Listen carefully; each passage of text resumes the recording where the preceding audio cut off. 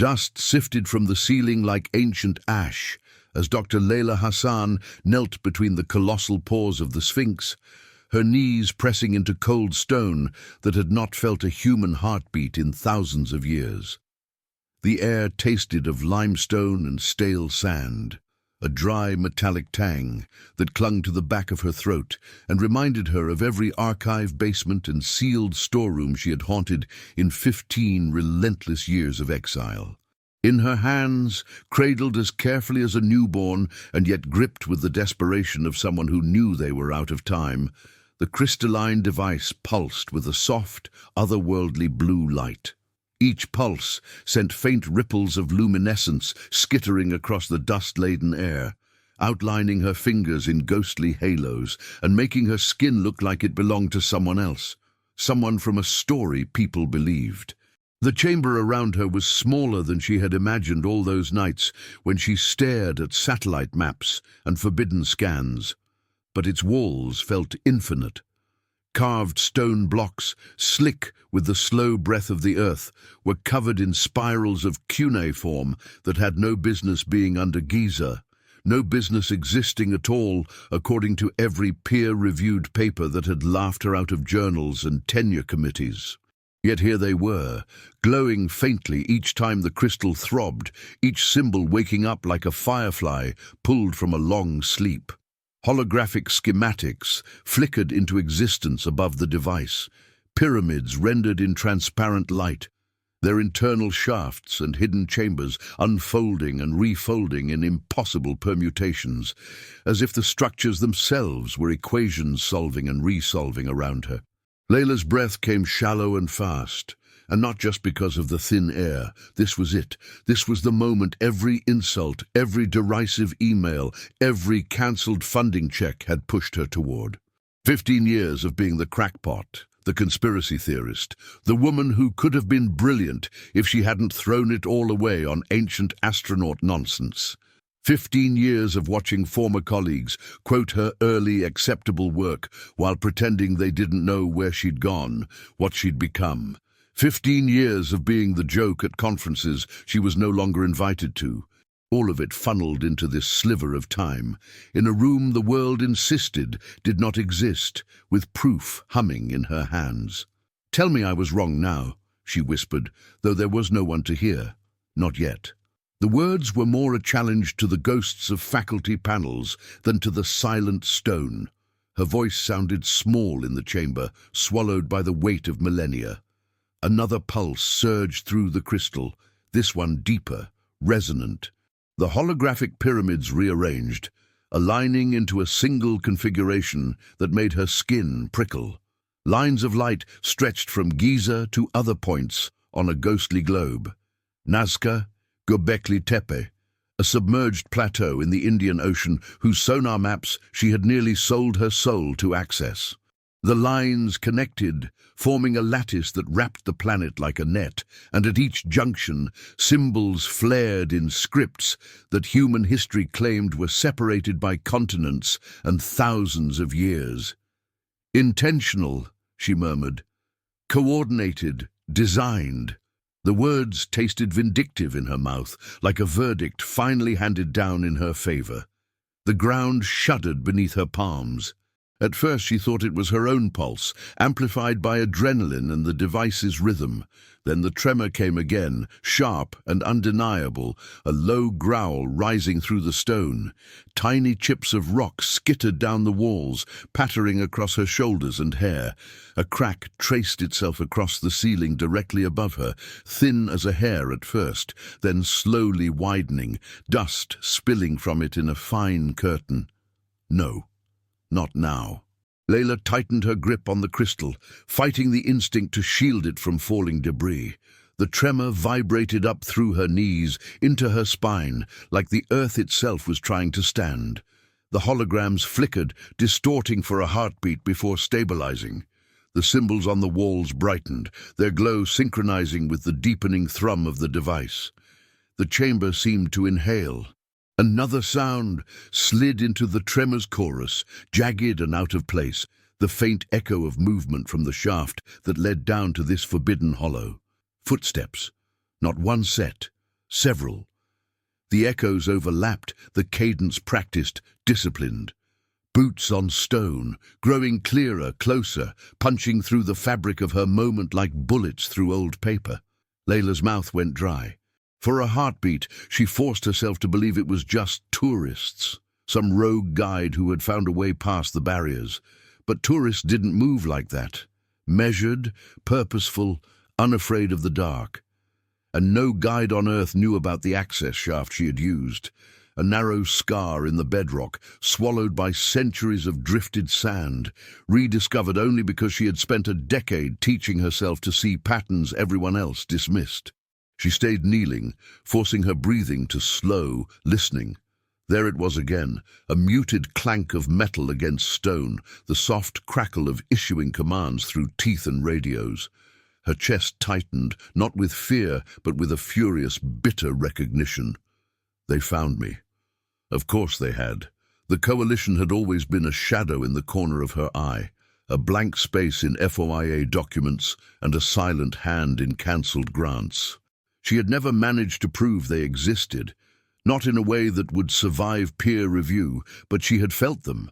Behind the sudden withdrawal of excavation permits, behind the lost shipping crates of artifacts, behind the anonymous reviews that called her work dangerously speculative with uncanny coordination, an international network of agencies and private interests bound by a shared opinion. Some truths were too destabilizing to be acknowledged. Now the truth she had chased to the edge of her career was turning the chamber into a throat of humming stone, and the coalition was finally stepping into the light with guns in their hands. The first shadow darkened the top of the shaft, cutting into the dim glow from above like a blade. Red laser dots bloomed on the walls, as if the chamber had suddenly contracted a rash. Dust swirled around descending figures in tactical gear, their harnesses and weapons glinting in the crystal's blue pulses. They moved with the casual efficiency of people who had done this many times before and expected to do it many times again. "Target located," a male voice said, the words flattened by a comm device but still carrying a hard edge of satisfaction. "Visual on the artifact. Move to secure." The word artifact hit her like a physical blow. That was what they saw. An object, a thing to be bagged and tagged and buried deeper than her reputation. For them, the device was not vindication or revelation. It was a problem to be contained. Layla rose slowly from her kneeling position, every muscle aware of the red dots that jittered across the stone near her, creeping closer to where she stood. The crystalline device burned cold in her hands, its light bright enough now that it cast hard shadows across her face, turning her into a relief carving on the wall of her own tomb. They had tracked her for months, she realized, maybe longer, monitoring black market satellite data, intercepting her encrypted messages with the only person still willing to be seen talking to her. She had been so focused on outrunning ridicule that she had underestimated how much effort they would expend to outrun the truth itself. Stupid, arrogant, or maybe just tired of living like a fugitive from her own profession. If they take this, she thought, the words forming with a clarity that made her stomach twist, the truth dies. Not just the data, my credibility, my entire life's work. They'll say I fabricated everything. Again. Her fingers tightened around the crystal until the edges pressed into her skin. She pictured the headlines. Disgraced Egyptologist caught tampering with sight. Illicit device confiscated. No evidence of claims. She could see the smug emails from former colleagues, the ones who had forwarded her articles around with private jokes she had once been included in. She saw herself buried twice over, once by stone, once by narrative. "Hands where I can see them!" one of the mercenaries barked as he dropped the last few meters into the chamber, knees flexing as he landed. His accent was faint, sanded down by years of international deployment. "Step away from the object." Object. Artifact. Always their words, never hers. For a moment, a wicked impulse flashed through her. Raise the crystal high and smash it against the floor. Deny them the satisfaction. Deny everyone the proof they had refused her. If she couldn't own the truth, no one would. The thought burned hot and fast, fed by the sedimented anger of a decade and a half. But then, beneath the rage, something deeper stirred. A memory of the first time she had held an ancient tablet in her undergraduate hands, the awe that had washed over her as she traced the shallow impressions left by someone's stylus 5,000 years ago. Back then, she had loved the past for itself, not for the vindication it could offer. That younger version of herself, unscarred by academic politics and conspiracies, would have spat at the idea of destroying knowledge. Any knowledge, no matter who it hurt or helped. No. This truth was bigger than her resentment. The device answered her conflict with a sudden change. Its light surged from blue to a molten, shimmering gold that bathed the chamber in warmth. The mercenaries flinched, momentarily thrown off as their night-optimized visors were flooded. The hum deepened, no longer just a vibration but a tone, low and continuous, that seemed to crawl inside her bones and rearrange the way they wanted to stand. A matching resonance rolled up from the earth above, distant but unmistakable. Layla didn't have to see it to know. The Great Pyramid itself was responding.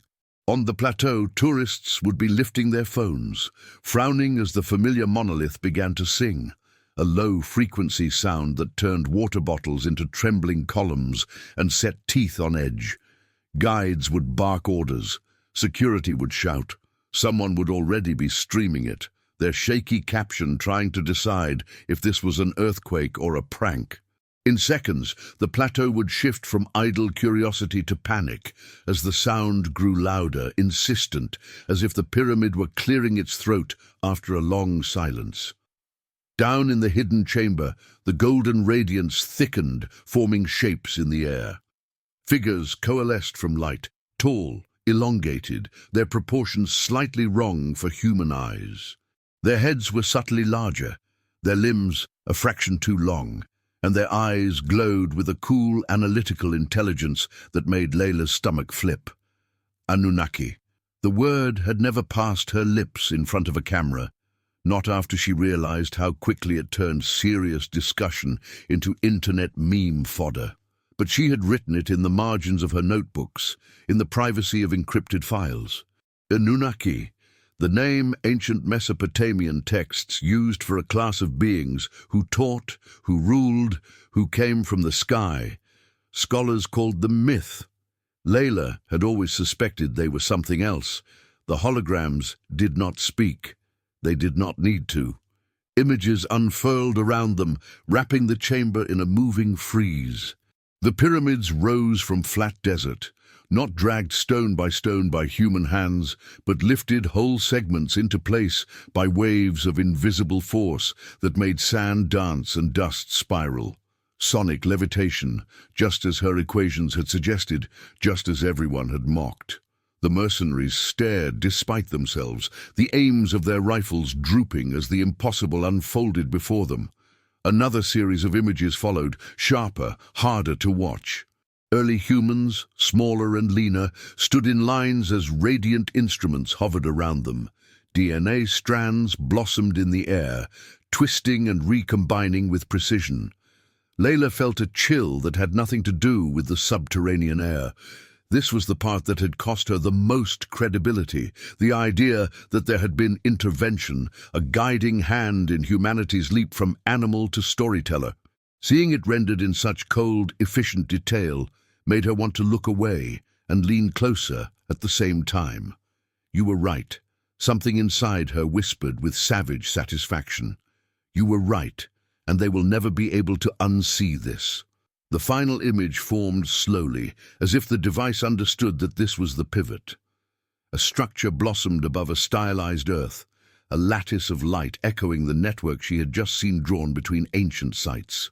At its center, a shape like the crystal in her hands, only larger, arrayed with concentric rings.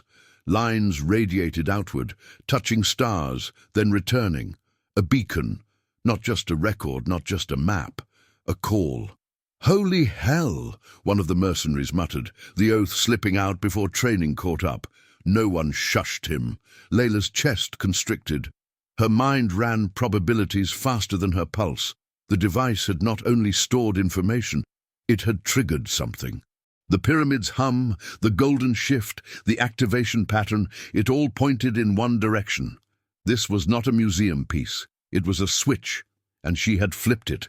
The process is irreversible. The realization settled over her like a new layer of dust, fine and inescapable. Whatever sequence she had started was already echoing through bedrock and sky, reaching for something out there. The Anunnaki weren't just a past tense anymore. They were a destination. Behind her, the crack in the ceiling widened with a sharp, splintering sound. A chunk of stone the size of her fist broke loose, smashing into the floor between her and the nearest mercenary. The man swore, stumbling back, his rifle momentarily pointed at the ceiling. The chamber vibrated harder now, the combined chorus of the pyramid, the device, and the Earth's own tectonic unease building toward a shared crescendo. Layla moved. She didn't think. Thinking would only invite doubts, calculations, the temptation to freeze and try to negotiate with people who had come here with orders to neutralize. She jammed the crystal against her chest with one arm, tucking it under her jacket so its edges dug into her ribs, and turned toward the far wall, where, hidden behind a cluster of crumbling stones, lay the narrow opening she had found weeks ago. A secondary tunnel, ancient and unrecorded, its entrance disguised by the casual violence of time. "Stop!" a voice shouted behind her. Gunfire cracked, deafening in the confined space. Stone exploded near her head in a spray of grit and shards. The sound was a brutal punctuation in the humming air, each shot a reminder that whatever vast cosmic narrative she had just stepped into, she was still very, very mortal. She ducked instinctively, feeling a hot sting as splinters grazed her cheek. The world narrowed to the tunnel's dark mouth, a sliver of deeper shadow within shadow. Her boots skidded on loose dust as she lunged, one hand scraping against rough stone as she tried to keep her balance. The crystal's light pressed against her chest like a second heartbeat. Another bullet struck the wall near her shoulder. Tiny fragments peppered her arm, and pain flared. A bright, immediate complaint. It grounded her more than it frightened her. Pain meant she was still here, still moving. She squeezed sideways into the tight opening, shoulders scraping stone, her satchel snagging on a jag of rock. Panic flashed cold as the strap pulled tight against her throat. For a second, she imagined herself stuck, a trapped animal with armed hunters at her back. Her fingers fumbled, then found the buckle, tearing it loose. The bag fell free and swung behind her as she forced herself forward, stone tearing at her jacket, dust filling her nose and mouth. The mercenaries shouted, their voices bouncing off the chamber walls in distorted bursts. Someone fired again, but the angle was wrong now. The bullet whined off rock above the tunnel entrance, showering her with debris, but not stopping her. The hum in the stone chased her down the passage like a living thing. The tunnel sloped downward more sharply than she remembered from her careful survey with ground-penetrating radar. Back then, it had been lines on a screen, a potential escape route mapped in pixels and cautious optimism. Now it was a steep chute in the dark, its floor uneven with centuries of collapsed fragments. Her foot slid on a loose rock, and suddenly she was no longer running but falling, sliding on her side down a narrow shaft. Rough stone ripped at her clothes and skin, heat blooming along her forearms where the fabric gave way. The air rushed past her face, thick with dust, making her cough and choke. And her shoulder slammed against a protrusion, pain detonating down her arm, and for a moment she thought she might lose her grip on the satchel and the priceless horror it contained. She clamped her arm tighter, curling her body as best she could in the cramped space. The slide spat her out into a wider tunnel with bone-jarring abruptness. She hit the ground hard, the impact knocking the breath from her lungs in a harsh grunt. For a long second she lay there, chest heaving, the world reduced to the pounding of her heart and the distant muffled roar of the awakened pyramid above. "Get up." The command was brutal, unsympathetic, like a professor's voice in her head telling her there was no grace period for failure. Layla rolled onto her hands and knees, coughing, blinking grit from her eyes. The tunnel here was higher, wide enough for her to stand if she hunched slightly. Ancient masonry reinforced parts of it, rough-cut stones stacked with a precision that spoke of planning, not accident. Faded carvings traced the walls in places, their meanings forgotten by everyone but her and the one man who had believed enough to help her translate. Him. Her thoughts leapt to the only ally she had left, a NASA linguist who had grown tired of being told which patterns he was allowed to consider plausibly natural. His messages had been careful, always routed through layers of encryption, always couched in the language of hypothetical curiosity. But between the lines he had been as hungry as she was, as willing to risk labeling his career over in exchange for the chance to decode the impossible. He was out there now, somewhere above ground, not under any illusions about the coalition, but still too visible, too traceable. If the coalition knew where she was, it was only a matter of time before they followed the chain of contacts back to him. Layla pushed herself to her feet, breath still ragged. The tunnel stretched in both directions, one way plunging deeper into darkness, the other curving gently, almost imperceptibly, toward where she knew the other monuments of the plateau lay connected by this underground lattice. She had spent nights tracing these paths on her screen, overlaying them with ancient texts that spoke of veins under the lion and stone rivers between the stars fallen to earth. Now those metaphors were corridors she could run through. She moved, choosing the path that angled toward the far side of the plateau, where a disused maintenance access could lead her back to the surface and, with luck, to the chaos now engulfing the tourist zone. Chaos would be cover. Sirens, crowds, shaky camera footage of a humming pyramid, perfect distractions for a woman trying to disappear with a device that could rewrite history. As she ran, her footsteps thudded against stone worn smooth by time, each impact sending a small echo down the passage. The hum followed her, faint but insistent, a reminder that the beacon was no longer a theory in her notebooks, but a reality vibrating through the planet's bones. Above, people were screaming, recording, speculating. Somewhere in the swirl of that panic, the coalition would be tightening its perimeter, sealing exits, preparing containment narratives. She could not stop the beacon now. The device had made that clear. Whatever sequence had been initiated was beyond her ability to reverse, even if she had wanted to. The Anunnaki, whatever they truly were, would hear the call. But the story the world told itself about what was happening, about what had always happened, that was still in play. "That is mine," she thought, her lungs burning, her injured shoulder throbbing in time with her steps. "They can manage the skies. I will manage the story." Her mind raced ahead of her body, leaping across the globe. The coalition would try to control information, to label the event as a glitch, a hoax, a natural phenomenon. They would classify footage, lean on platforms, nudge willing experts to roll their eyes on camera. They had done it before, she was sure of it. But this time, there were too many eyes, too many recordings, and this time she had more than speculation and circumstantial correlations. She had data. Holographic schematics, genetic sequences, a beacon's blueprint. She needed help to make anyone believe her before the coalition drowned her voice again. Not just any help. Someone who could decode the cuneiform patterns faster than she could alone. Someone with access to channels she had long since been locked out of. The linguist. She saw his face in her mind as it had appeared in their last encrypted call, lit by the bluish glow of his office monitor, the weary lines around his eyes deeper than in his official NASA portrait. "If you're wrong," he had said then, "we both lose everything." He had paused, looking at her through the glitching feed. "If you're right, then they've already decided we're not allowed to know." He had stayed anyway. He had helped her crack the syntax that unlocked the device's interface. He had trusted her enough to bet his career on a woman everyone else called delusional. She would not let the coalition bag him like another artifact.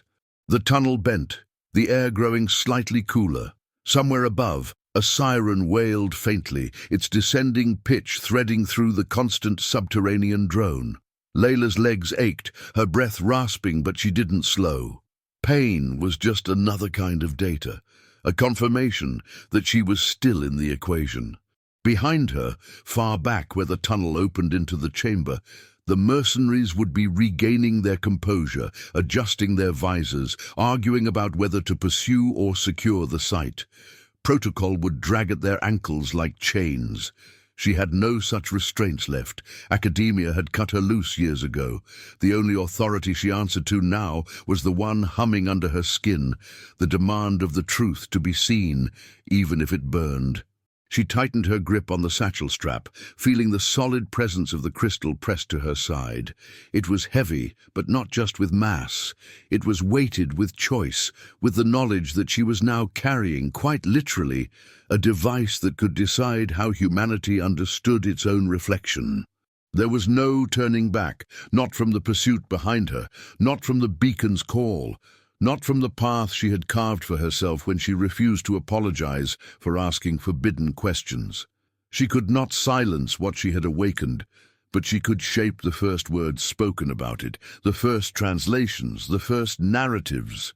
First, though, she had to survive long enough to reach the only person who might read this cosmic message with her before it was redacted, sanitized, or erased. "Hold on," she muttered under her breath, not sure if she was talking to the linguist, to herself, or to the ancient intelligence encoded in the crystal. Her voice echoed softly down the tunnel, swallowed quickly by stone, but not entirely gone. She ran toward the faint promise of an exit, chased by the hum of an awakened world and the footsteps of hunters who had finally stepped out of the shadows they had occupied for so long. 15 years ago, Layla Hassan had stood at a wooden podium in the amphitheater lecture hall of Cairo University, her fingers gripping its edges so tightly that splinters had pressed painfully into her palms. The auditorium had been packed, standing room only, not because her audience was eager to celebrate her dissertation, but because word had spread in that predatory way academic gossip travels. Someone was about to crash spectacularly, and no one wanted to miss the wreckage. The air had smelled of old wood polish and too many bodies pressed into too little space, the ventilation system wheezing against the Egyptian heat.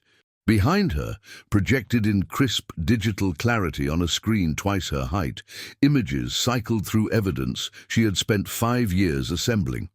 The laser-cut precision of granite blocks at Pumapunku, tolerances measured in fractions of millimeters that would challenge modern CNC machines.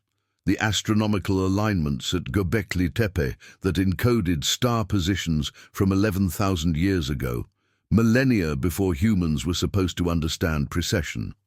The acoustic properties of chambers within the Bosnian pyramids that suggested intentional resonance engineering. She had believed, in the breathless naivety of someone who thought truth was its own defense, that the data would speak for itself, that her meticulously cited sources, peer-reviewed geology reports, independently verified radiocarbon dates, spectroscopic analyses from 3 separate labs, would create a foundation too solid to dismiss. Her voice had been steady as she walked the committee and the audience through her central thesis, that the material evidence suggested technological sophistication in pre-dynastic civilizations far exceeding current historical models, and that this gap demanded re-evaluation rather than dismissal. The murmurs had started softly, a rustling discomfort like insects stirring in dry grass. Then a single laugh had broken through, sharp and theatrical, from somewhere in the back rows. It had given permission. Others joined, the sound building from isolated chuckles into waves of open mockery that crashed against the front of the hall where Layla stood, her prepared notes suddenly feeling like kindling in her hands. Professor Khalil Massoud had risen from his seat in the front row, his considerable bulk making the motion deliberate and theatrical. He was a man whose CV stretched across 3 decades, whose books were required reading in archaeology programs across the Middle East, whose opinions shaped careers and crushed them with equal efficiency. His face had been arranged in an expression of performative disappointment, as if Layla were a promising student who had just confessed to believing the earth was flat. "Dr. Hassan," he had said, his voice pitched to carry to every corner of the room, "what you have presented today is not scholarship. It is pseudo-scientific fantasy dressed in academic language. You cite data, yes, but you interpret it through a lens that requires us to ignore centuries of established understanding in favor of, what? Ancient aliens. Lost super-civilizations that conveniently left no written records, no trade goods, no skeletal remains." The audience had laughed again, emboldened by his tone. "This university has standards. We do not award doctoral degrees to conspiracy theories, no matter how many footnotes they contain." Layla had tried to respond, her mouth opening to clarify that she had never mentioned aliens, that her argument was about technological diffusion and the possibility of lost knowledge traditions, not about fantasies. But Massoud had not been interested in clarification. He had already turned to address the committee directly, his back to her, as if she had ceased to exist as anything other than a cautionary tale in progress. "I move," he had declared, his words formal and final, "that we deny this dissertation and recommend Ms. Hassan seek alternative outlets for her creative interests. Fiction, perhaps. She clearly has an imagination." The vote had been swift. 5 hands raised in favor of denial, 0 abstentions, 0 voices of dissent. Her advisor, a woman who had once called Layla's work bold and necessary, had avoided eye contact, her hand joining the others as if pulled by strings. The room had erupted into scattered applause, the kind reserved for a disaster averted, a standard maintained. That had been the moment, not the moment she decided to keep researching. She was too stubborn, too addicted to the questions, to stop.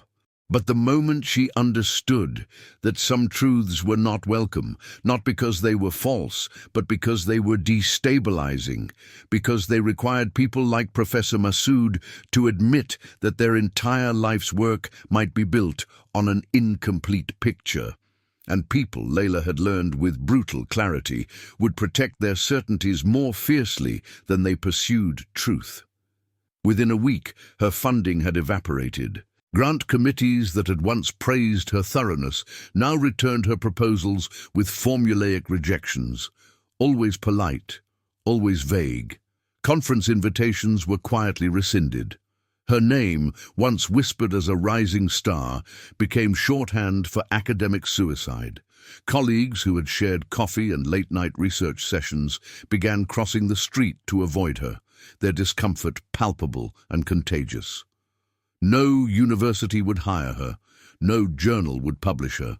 She had been executed professionally, and the method was efficient: isolation, starvation, erasure. The years that followed had reshaped her in ways that still surprised her when she caught her reflection in unexpected surfaces.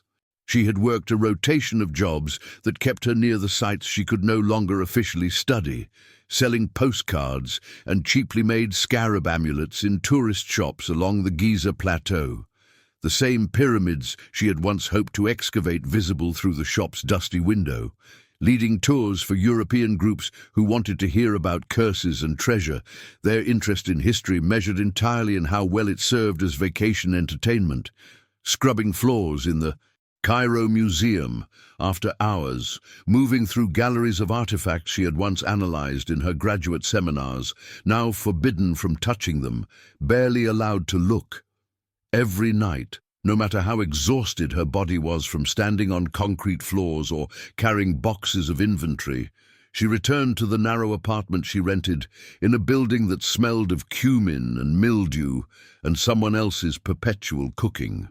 The walls had long since disappeared beneath layers of her ongoing research, maps marked with sites, official archaeology ignored or dismissed, printouts of suppressed studies she had found in the dark corners of academic databases, photographs she had taken during the brief years when she had access, strings of colored yarn, connecting patterns that no one else seemed willing or able to see.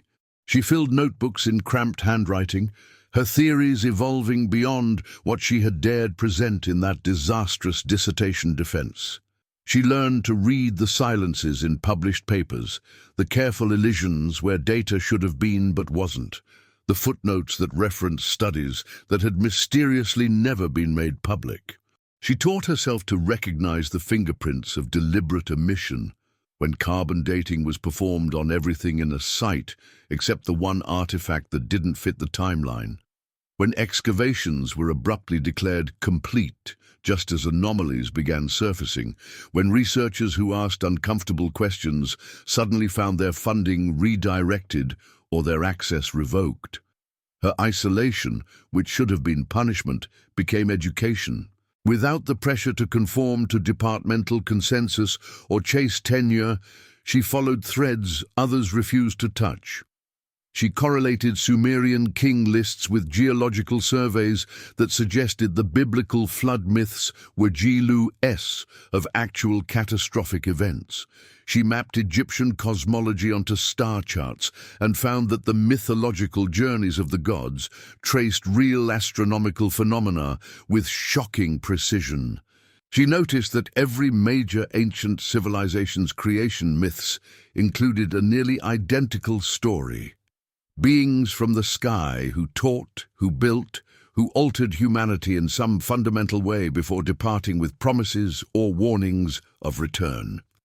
By the end of her lonely decade, Layla had constructed a framework that made her original dissertation look cautious by comparison.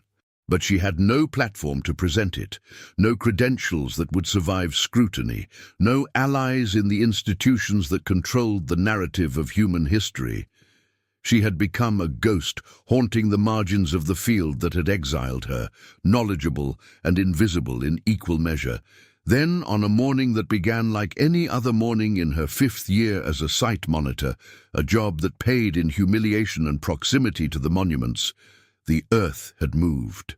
The 4.5 magnitude earthquake struck Giza just after dawn, when the sky was still bruised with pre-sunrise purple, and the tourist buses had not yet begun their daily invasion. Layla had been doing her rounds near the Sphinx enclosure, checking that the barriers were secure, when the ground beneath her feet turned briefly liquid. The tremor lasted only 8 seconds, but those seconds were enough to crack stone that had stood for millennia and rearrange the geometry of the plateau in small, critical ways. The tourists, the few early risers who had come to photograph the monuments in soft morning light, had screamed and fled toward the parking area, their guides shouting instructions in a chaos of languages. Security personnel, overwhelmed by sudden panic and their training to evacuate rather than investigate, had herded everyone toward the site's exits, their radios crackling with confused orders. Layla had not run. She had felt it. As clearly as if the earth had whispered directly into her bones, something had changed. While everyone else fled, she walked toward the Sphinx, her eyes scanning the ground with the practiced intensity of someone who had spent years looking for what was meant to stay hidden. Near the southern paw, where limestone cladding met bedrock, she saw it. A section of stone had collapsed inward rather than outward, leaving a dark gap like a wound in the plateau's skin. Not a crack, not a break, a revelation of space that had been beneath the surface all along. Her heart, which had been beating fast from the adrenaline of the quake, seemed to stop entirely for a moment, then restart with painful intensity. She recognized this for what it was, not as geological accident, but as the universe correcting a long-standing injustice. Everything she had theorized, everything she had been mocked for, had insisted that there were chambers beneath Giza that official surveys claimed did not exist. And now the Earth itself had provided evidence, cracking open a door that was supposed to remain sealed. She glanced over her shoulder. Security was still focused on the evacuation, their backs to the monuments as they managed the flow of frightened tourists. She had a window, narrow and precarious, but real. Minutes, maybe. Enough.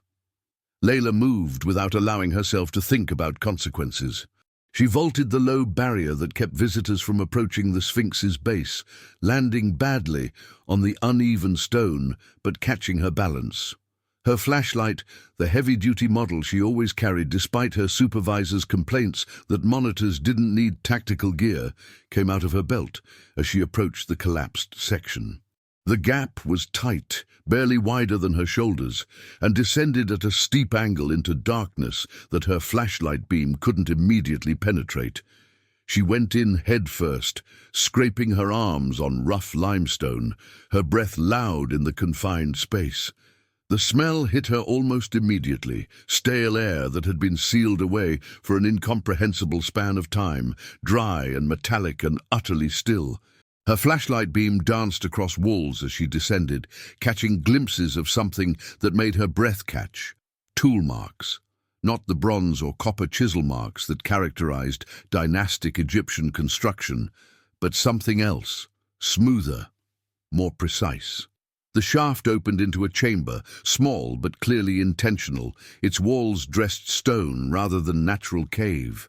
And there, resting on a carved pedestal in the center, as if it had been waiting specifically for this moment, was the device.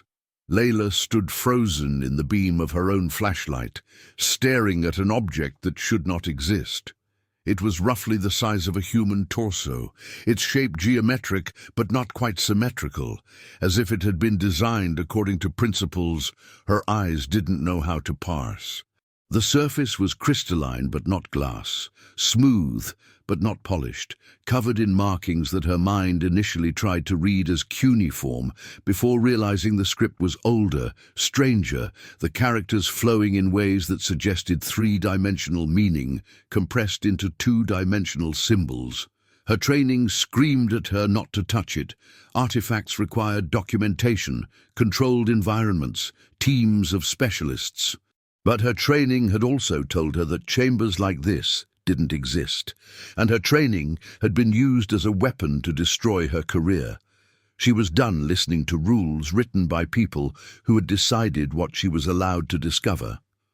Layla reached out with hands that shook only slightly, her fingers making contact with the device's surface.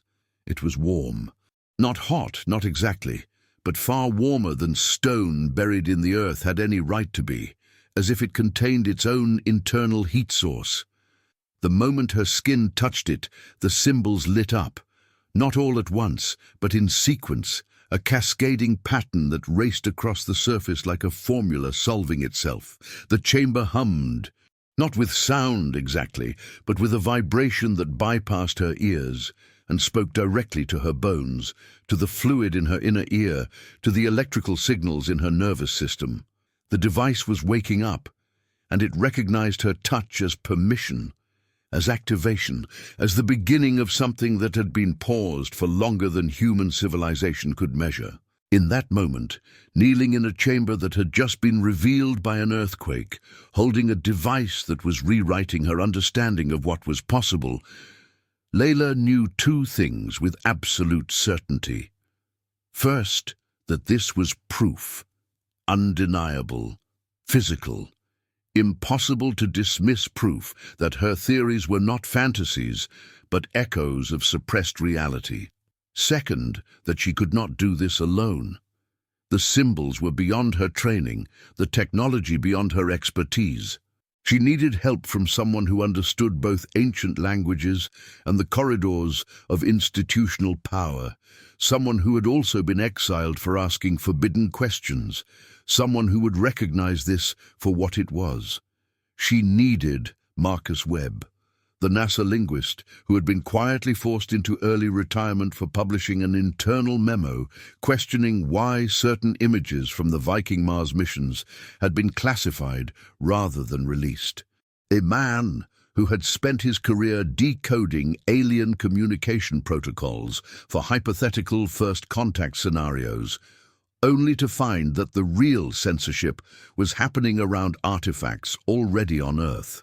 She had contacted him years ago when she was first building her network of academic outcasts and suppressed researchers. He had been cautious, paranoid even, but he had listened. And when she sent him encrypted images of the cuneiform anomalies she had been documenting, he had written back with 2 words that she had never forgotten: keep looking. Now she had something that required more than looking. She had something that required translation, context, and a decision about what to do with knowledge that powerful forces had clearly worked to keep buried. Layla carefully lifted the device from its pedestal, surprised by its weight, heavier than it looked, as if density itself worked differently in its construction. She tucked it into the satchel she carried for her monitoring supplies, feeling its warmth radiate through the canvas. Above, she could hear the chaos subsiding, voices calling out systematic checks, security beginning the process of securing the site. Her window was closing. She climbed back up the shaft, with the device pressed against her side, emerging into a morning that looked exactly the same, but felt irrevocably different. The Sphinx stared east toward the rising sun, indifferent to the secret that had just been pulled from beneath its paw. Layla slipped back toward the monitoring station, her heart pounding, but her face carefully neutral, just another worker doing her job in the aftermath of a minor earthquake. She would contact Marcus that night using their encrypted channel. She would show him the symbols, describe the chamber, explain what the device had done when she touched it, and together they would make a choice about whether to bring this truth into the light or whether to protect it and themselves by reburying what the Earth had revealed. The vindication she had craved for 15 years was suddenly real and terrifying in her hands, warm as a second heart, and just as dangerous. Dr. Marcus Webb's apartment occupied the 3rd floor of a crumbling building in one of Cairo's older districts, the kind of neighborhood where satellite dishes sprouted from rooftops like mechanical weeds, and the smell of frying onions mixed perpetually with diesel exhaust. Layla climbed the narrow stairs, her hand trailing along a wall that felt slightly damp despite the desert climate, the crystalline device heavy in her satchel and pressing against her ribs with each step. She had contacted Webb through their encrypted channel, 2 hours after emerging from the hidden chamber, her message stripped to essentials. Found it. Need you. Now. His reply had come within minutes, just an address and a time, the brevity itself a kind of caution. The apartment door opened before she could knock, Webb's face appearing in the gap, with an expression that managed to combine wariness and desperate curiosity in equal measure. He was older than his NASA portrait suggested, his hair gone mostly grey, and his face carrying the particular exhaustion of someone who had spent years looking over his shoulder. He pulled her inside quickly, his eyes scanning the stairwell behind her before he shut and bolted the door with movements that spoke of practiced paranoia. The apartment was a controlled disaster. Every surface, shelves, tables, even parts of the floor, was covered with books, hard drives, printouts, and notebooks filled with handwriting in multiple languages and scripts.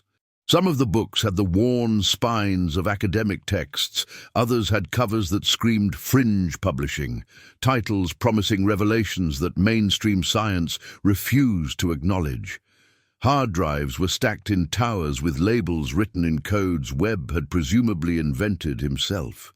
The air smelled of strong coffee, old paper, and the particular mustiness of a space where windows were rarely opened for fear of what surveillance might slip inside. "Show me," Webb said without preamble, his voice carrying a faint American accent worn thin by years abroad. His hands were already reaching toward her satchel before she had fully processed his words, trembling slightly with an eagerness that made him look younger and more vulnerable than his careful paranoia suggested. Layla pulled out her phone first, bringing up the photographs she had taken in the chamber before the device had activated. Images of the pedestal, the wall carvings, the cuneiform symbols that spiraled across surfaces in patterns that hurt to look at for too long. She scrolled through them slowly, watching Webb's face shift from intense focus to something approaching awe, then to an expression she couldn't immediately identify, but that looked uncomfortably close to vindication mixed with terror. "This shouldn't exist," he whispered, his fingers hovering over the phone's screen as if he wanted to touch the images but was afraid they might disappear under direct contact. "The script, Layla, this predates Uruk. This predates Sumerian cuneiforms by, I don't even know, centuries, millennia." He looked up at her, his eyes searching her face for confirmation that this wasn't an elaborate hoax, that she hadn't somehow fabricated evidence to prove theories they had both been exiled for entertaining. "You actually found it! The pre-dynastic archive! It's real! It's real," Layla confirmed, and reached into her satchel to pull out the device itself. The moment it emerged into the apartment's dusty light, it began to pulse with that soft blue luminescence, as if responding to exposure or to Webb's proximity or to some trigger neither of them understood. The symbols on its surface glowed faintly, casting moving shadows across the cluttered room. Webb's hands, which had been shaking before, suddenly steadied with the focus of someone who had spent decades training to handle artifacts of incomprehensible value. He took the device from her with a reverence usually reserved for religious relics, turning it slowly to examine every facet.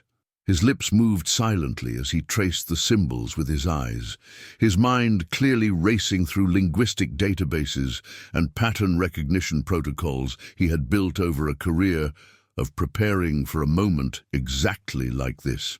"This is what they've been hiding," he said after a long moment, his voice barely audible. "This is why they forced me out. Why they classified the Viking data. Why they've been running interference on every excavation that gets too close to—" He trailed off, his attention caught by a sequence of symbols that made his breath catch. "Oh, God, Layla, this isn't just a record. This is a key, an interface." He carried the device to his main workstation, a desk buried under 3 monitors and enough processing power to run a small research lab. His fingers flew across keyboards, pulling up databases of Sumerian king lists, Akkadian grammar matrices, comparative linguistics trees that connected ancient languages in ways that made mainstream philology uncomfortable. He photographed the device from multiple angles, feeding the images into pattern recognition software he had clearly built himself, programs with names like Forbidden Correlations and Suppressed Syntax Parser. For 3 days, they barely slept. Webb's apartment became a cocoon of obsessive research, the outside world reduced to irrelevant noise beyond bolted doors. They worked in shifts and then together, cross-referencing the crystalline device's symbols against every scrap of ancient text they could access. Webb had databases that Layla hadn't known existed, classified NASA linguistic protocols designed for first contact scenarios, bootlegged archaeological surveys from sites that had been suddenly closed to researchers, intercepted communications between agencies that officially didn't coordinate on matters of historical suppression. The device itself seemed to respond to their efforts, its glow intensifying as they decoded more of its symbol language. On the second day, it began projecting holograms, faint at first, then increasingly solid and detailed. The images unfolded in 3-dimensional space above Webb's desk, turning the cramped apartment into a theater displaying scenes from a past that history books insisted had never happened. Layla watched, her exhaustion forgotten, as the holograms showed the Anunnaki in full clarity. They were tall, easily 7 feet, their proportions subtly wrong for terrestrial evolution, limbs a fraction too long, heads slightly oversized, eyes that sat wider apart than human architecture allowed. They moved through scenes of ancient Earth with the confident efficiency of colonizers who had done this before on other worlds, their movements purposeful and their technology incomprehensibly advanced compared to the primitive humans who surrounded them in each scene. The genetic modification sequences were the hardest to watch. Early hominids, recognizably pre-human but already bipedal and tool-using, were subjected to procedures that the holograms rendered with clinical precision. DNA strands were isolated, segments removed, new sequences inserted with tools that looked like they belonged in both an operating theater and a machine shop. The Anunnaki worked with the detached focus of engineers, solving a logistical problem rather than manipulating sentient beings. Because that's what we were to them, Layla thought with a chill that settled deep in her chest. Not people, not even animals, just raw material to be optimized for specific tasks. The holograms showed what those tasks were, mining operations on a scale that would have been impossible without massive labor forces. Deep shafts driven into the earth, primitive humans hauling ore in baskets while Anunnaki overseers managed the extraction with sonic tools that pulverized rock and separated valuable minerals from waste.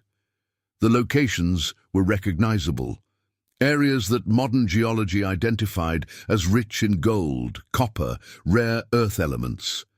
The timeline stretched across millennia, generation after generation of modified humans living and dying in service to extraction quotas. They weren't gods, Webb murmured, his face illuminated by the ghostly light of the holograms. They were just miners, resource extractors, and they made us into their workforce by rewriting our genetic code to be smarter, stronger, more obedient. We're not the result of natural selection, we're the result of industrial engineering. Then the holograms shifted to show the departure. The Anunnaki loading massive ships that hung in the sky without visible means of support, their mining operations winding down as whatever resources they had come to extract were exhausted, or as some other imperative called them away.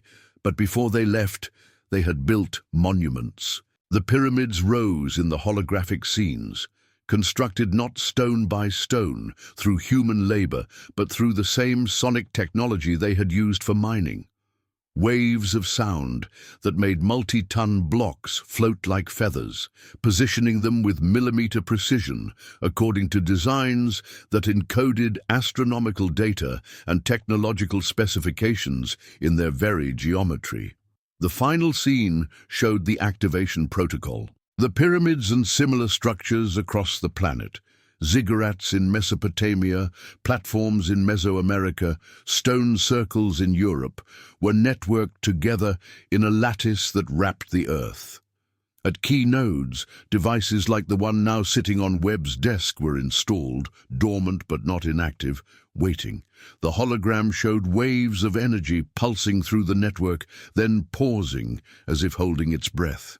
Waiting for what? Layla had wondered. The answer came with the next image. Human civilization reaching a specific threshold of technological development. The beacon was designed to activate when humanity demonstrated certain capabilities: radio transmission, nuclear energy, space travel, markers that would indicate their creator's workforce had evolved beyond labor into something that might be useful again, or that might be a threat worth investigating. "We triggered it," Layla said, her voice sounding hollow even to her own ears. "Not me specifically. Us. Humanity. We crossed whatever threshold they programmed into this thing, and now it's calling them back." Webb nodded slowly, his face pale in the holographic light.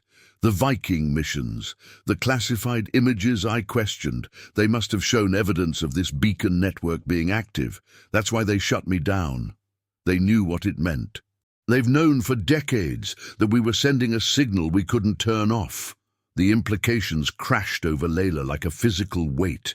Her entire career, her obsession with vindication, her need to prove that her theories were correct, all of it suddenly felt small and almost obscene against the reality unfolding in holographic light. This wasn't about academic reputation.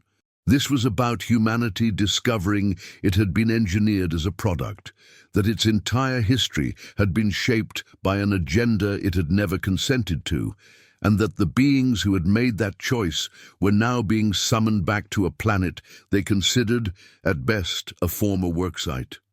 "We have to tell people," she said, though even as the words left her mouth, she knew how naive they sounded. We have to survive first," Webb interrupted, his eyes leaving the holograms to meet hers with an intensity that made her breath catch. "Layla, if I could decode this, so can they. The coalition, the agencies, whoever's been running suppression protocols for the last 70 years.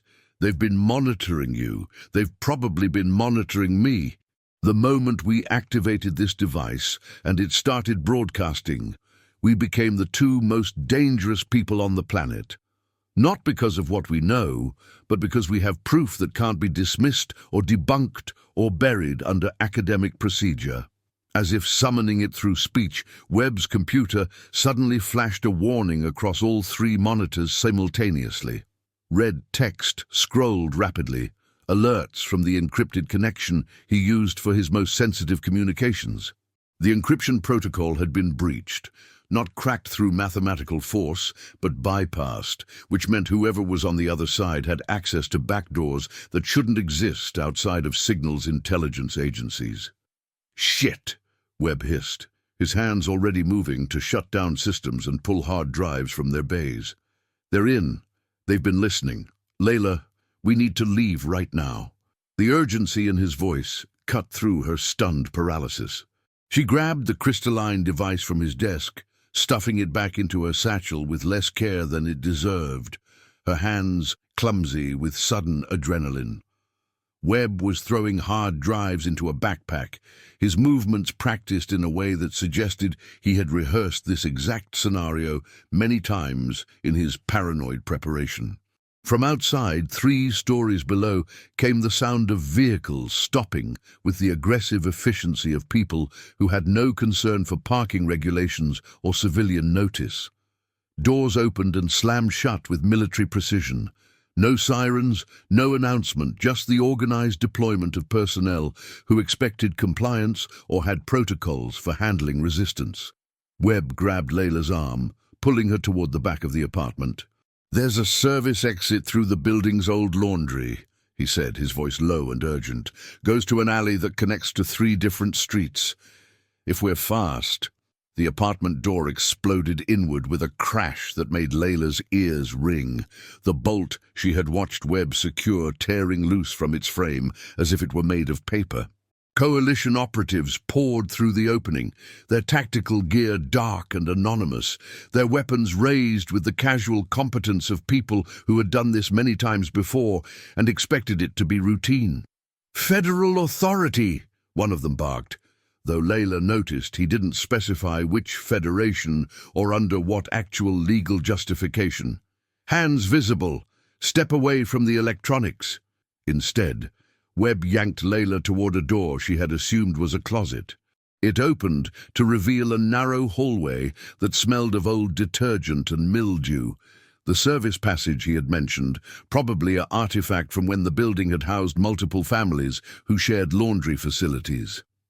They plunged into it, Webb's hand still gripping her arm, the sounds of pursuit immediate and professional behind them. The hallway was barely wide enough for single file, its walls pressing close and its floor uneven with decades of settling foundation. Layla's shoulder banged against crumbling plaster as they ran, the impact sending pain shooting down her arm, but not slowing her momentum. Behind them, she heard the operatives entering the passage, their radio communications clipped and efficient. Subjects fleeing through service access, second team to alley intercept, authorization for non-lethal pursuit. Non-lethal.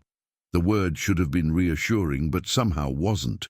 It meant they wanted her and Webb alive, at least initially, probably for interrogation about what they had decoded and who else they might have told. What came after that interrogation was a question Layla's imagination supplied answers to that made her run faster despite her burning lungs. The passage ended in a steep stairwell that descended into darkness. Webb didn't hesitate, taking the steps 2 at a time, his backpack bouncing against his shoulders. Layla followed, her satchel swinging wildly, the crystalline device inside it emitting faint pulses of light that leaked through the canvas and cast dancing shadows on the narrow walls.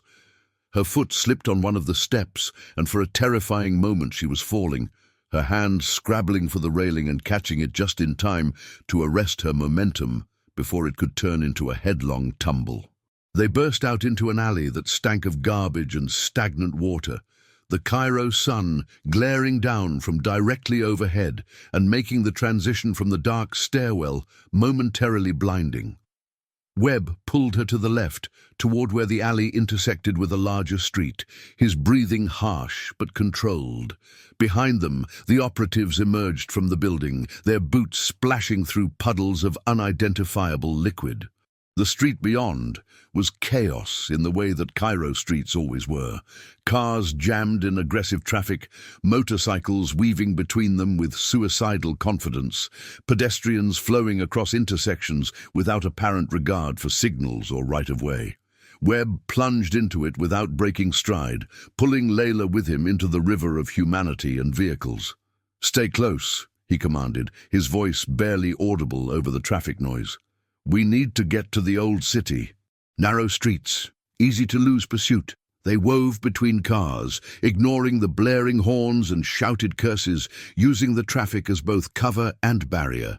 Layla risked a glance back and saw the operatives attempting to follow, but hindered by their obvious foreignness and tactical gear, their presence causing the crowd to part in wary avoidance rather than the anonymous absorption that she and Webb could disappear into.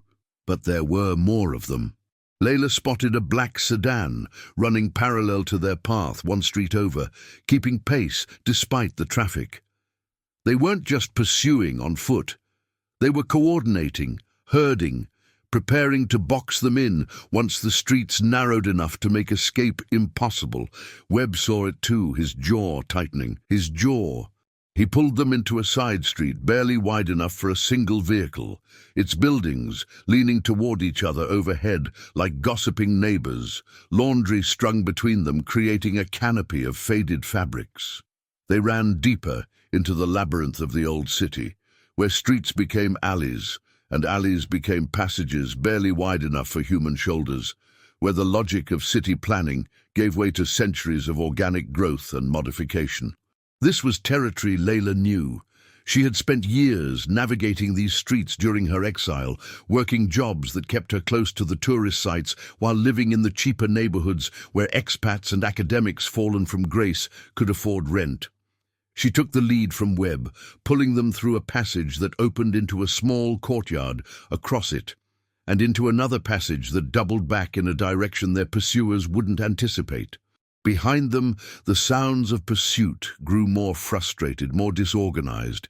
Radio communications barked questions about their location, about which direction the subjects had turned. The old city was swallowing them the way it had swallowed countless others who needed to disappear throughout its long history.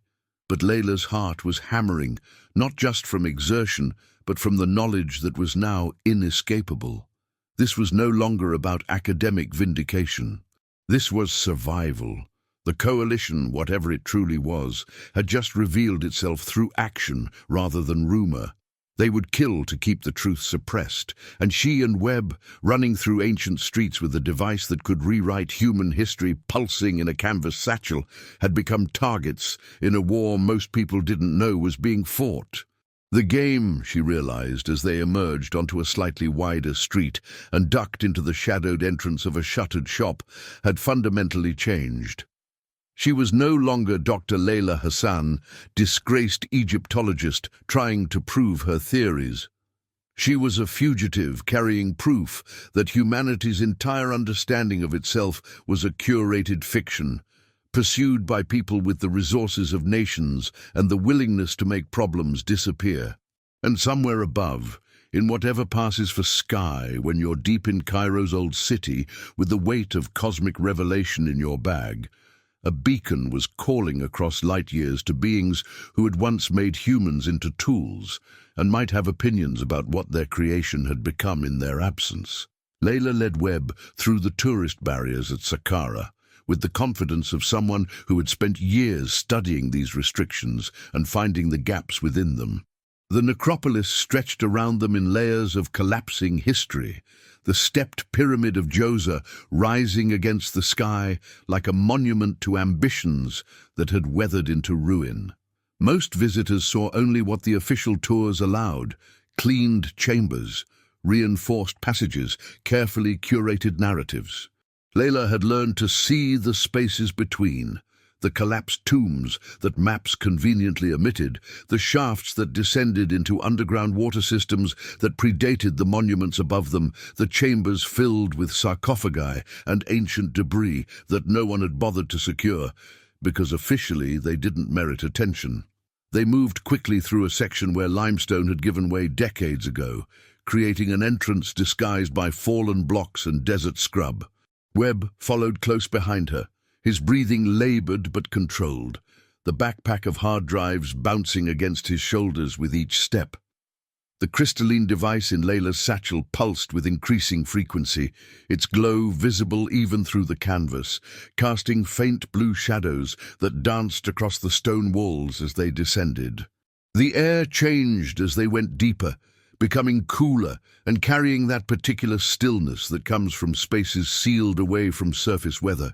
Layla's flashlight beam caught ancient paint on some walls, faded hieroglyphs that told stories of the afterlife in confident proclamations that now felt like bitter irony, given what the device had revealed about humanity's actual origins. They weren't descendants of gods, they were the abandoned tools of cosmic industrialists. The thought sat heavy in her chest as she navigated through corridors she had mapped in secret during her years of exile. Behind them, somewhere in the honeycombed darkness, came sounds that didn't belong to empty tombs. The careful footfalls of multiple people moving with tactical precision, the faint electronic chirp of communication devices, the measured breathing of professionals who had pursued targets through worse terrain than this. The coalition had followed them from Cairo, had tracked them somehow, despite the chaos of the old city and the distance they had covered. Layla felt her stomach clench with the realization that they had resources she couldn't match. Thermal imaging that would see through stone, drones small enough to navigate tomb passages, local informants who could be bought or threatened into cooperation. "They're gaining," Webb whispered, his voice tight with the kind of fear that came from understanding exactly what capture meant. He had spent years studying suppression protocols, knew the sanitization procedures that erased inconvenient researchers. They wouldn't just confiscate the device, they would ensure that Layla and Webb never spoke about what they had decoded, that their names would become footnotes in tragic accidents or unexplained disappearances. Layla pulled them into a side chamber where a weak wall, limestone compromised by millennia of groundwater seepage, could be pushed through into a parallel passage if necessary. She had catalogued dozens of these structural vulnerabilities during her obsessive explorations, each one a potential escape route or tactical advantage, filed away in memory against a future need she had hoped would never materialize. That future was now, and her paranoid preparation was the only thing keeping them ahead of professional killers. Above ground, the world was experiencing its own crisis. Layla couldn't see it from the depths of Saqqara's tombs, but she could feel it. The device's resonance had intensified to the point where it hummed not just in her hands, but in her bones, in the stone around her, in what felt like the fabric of reality itself. Somewhere above, the Great Pyramid was responding to the beacon with visible manifestations that would be impossible to suppress or explain away. The hum that had started as a low-frequency vibration would have grown into something audible for miles, a sound that turned water into standing waves and made the air itself seem to vibrate with purpose. News helicopters would be circling the Giza Plateau by now, their cameras capturing images that would spread across social media faster than any suppression protocol could contain. The pyramid emitting pulses of golden light, energy rippling up its sides in waves that made its limestone blocks glow as if lit from within. Seismographs across the globe would be registering the frequency, not as an earthquake, but as something else, something intentional, a signal being broadcast through the planet's bedrock, like the Earth itself had become a transmission antenna. Scientists would be scrambling to explain it using frameworks that couldn't accommodate what was happening. Religious leaders would declare it a sign, their competing interpretations already fracturing into countless narratives. Governments would issue statements that contradicted each other, some calling for calm, others for investigation, a few probably already moving to quarantine the entire region and classify everything under national security protocols. The world was waking up to something it had no context for, and the coalition was losing its grip on the narrative with every passing moment.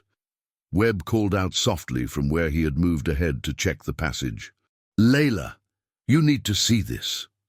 She joined him in a chamber that opened into a larger space, its ceiling lost in darkness beyond her flashlight's reach.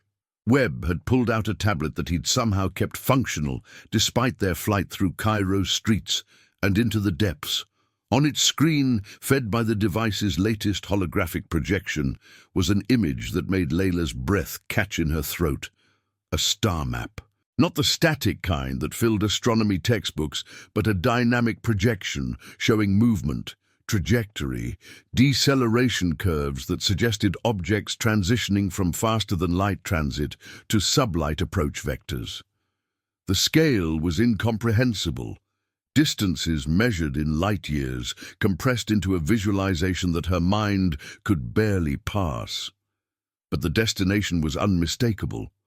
Earth's solar system, with a projected arrival window that made her hands tremble. "They received the signal," Webb said, his voice carrying a mixture of awe and existential dread. "The Anunnaki. They're responding. These deceleration patterns suggest massive vessels, probably generation ships or something with suspended animation. They've been traveling for..." He traced the trajectory lines with his finger, his lips moving in silent calculation. "Decades, maybe since the 1970s. Right when we started broadcasting into space, right when the Viking missions would have transmitted images of this beacon network being active." The implications crashed through Layla's thoughts like falling stones. The coalition hadn't been suppressing evidence of ancient astronauts as an abstract conspiracy. They had been managing a crisis that was unfolding in slow motion, playing out across decades, trying to prepare for or prevent a return they knew was inevitable. Every paper they had buried, every researcher they had discredited, every excavation they had shut down, it was all aimed at keeping humanity ignorant of the fact that its creators were coming back to a world they had left behind thousands of years ago. "How long?" Layla asked, though she wasn't sure she wanted to know the answer. "If these projections are accurate..." Webb's finger stopped on a convergence point marked in pulsing red. "Weeks, maybe a month. They're already in the outer solar system, adjusting approach vectors. This isn't a maybe anymore, Layla. This is happening." The sound of pursuit grew suddenly closer, pulling Layla's attention back to the immediate threat. The coalition operatives had gained ground, while she and Webb were examining the star map, their thermal imaging cutting through the darkness and stone that had been Layla's only advantage. She could hear their coordination now, voices calling out positions and approach vectors in clipped military shorthand. Webb moved ahead to scout the passage that would lead them deeper into the tomb complex, his flashlight beams sweeping across walls and floor, in search of the continuation Layla had described from memory. She followed, but the passages here were tighter, more unstable, the stone groaning under pressures that had been building for millennia. Her obsessive knowledge of these spaces was keeping them alive, but it was only a matter of time before Webb's shout cut through her thoughts, sharp and sudden, and then abruptly silenced. Layla's heart jumped into her throat as she rounded a corner to see him on his knees in a wider chamber, hands behind his head in a posture of forced compliance.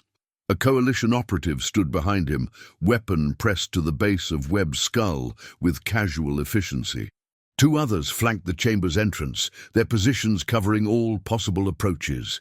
The coalition leader was a woman, her tactical gear as dark and anonymous as her operatives, but she carried herself with the authority of someone accustomed to command. Her face was neither cruel nor kind, just professionally neutral, the expression of someone who had made these kinds of calculations many times before and found them no more troubling than logistics planning. "Doctor Hassan," she said, her voice carrying clearly through the chamber with an accent that was carefully cultivated to be placeless. "The device for Dr. Webb's life. You have 60 seconds to make your choice." Layla stood frozen at the chamber's threshold, her hand instinctively moving to the satchel where the crystalline device pulsed against her side. The math was brutally simple. Surrender the device, and they would probably kill both of them anyway once they had what they wanted. Refuse, and they would execute Webb immediately to demonstrate their seriousness, then take the device from her corpse. There was no negotiation to be had here, no appeal to reason or morality. This was purely transactional. Webb's eyes found hers across the chamber. He was afraid. She could see it in the tension around his eyes, the too careful way he was breathing, but beneath the fear was something else.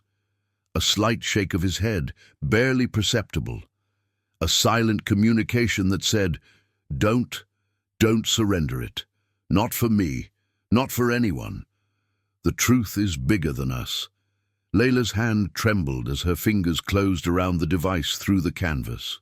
15 years of exile, of being the cautionary tale, of watching her career and credibility burn to ash because she refused to stop asking questions. All of it had led to this moment. The vindication she had craved was in her hands, warm and pulsing, and about to be taken from her. And the only person in the world who had believed her theories, who had risked everything to help her decode the impossible, was about to die because of her obsession. 45 seconds, the coalition leader said, her tone unchanged. One of the operatives adjusted his grip on Webb, the weapon pressing harder into vulnerable flesh. Layla's mind raced through options, discarding each as quickly as it formed. She couldn't fight. 3 armed professionals against an archaeologist whose only weapon was a flashlight. She couldn't run. They had Webb and would execute him the moment she moved. She couldn't negotiate. The coalition didn't negotiate with people they considered problems to be solved. Every conventional choice led to the same outcome. The device confiscated, the truth suppressed. Webb and herself disappeared. But Layla's entire career had been built on finding options that conventional thinking dismissed. 15 years of looking at problems from angles that got her laughed out of departments had taught her that the third option was usually the one no one expected because it required abandoning the rules everyone else accepted as fixed. She pulled the crystalline device from her satchel, but instead of offering it in surrender, she pressed her palm against its surface with the same gesture that had first activated it in the hidden chamber beneath the Sphinx.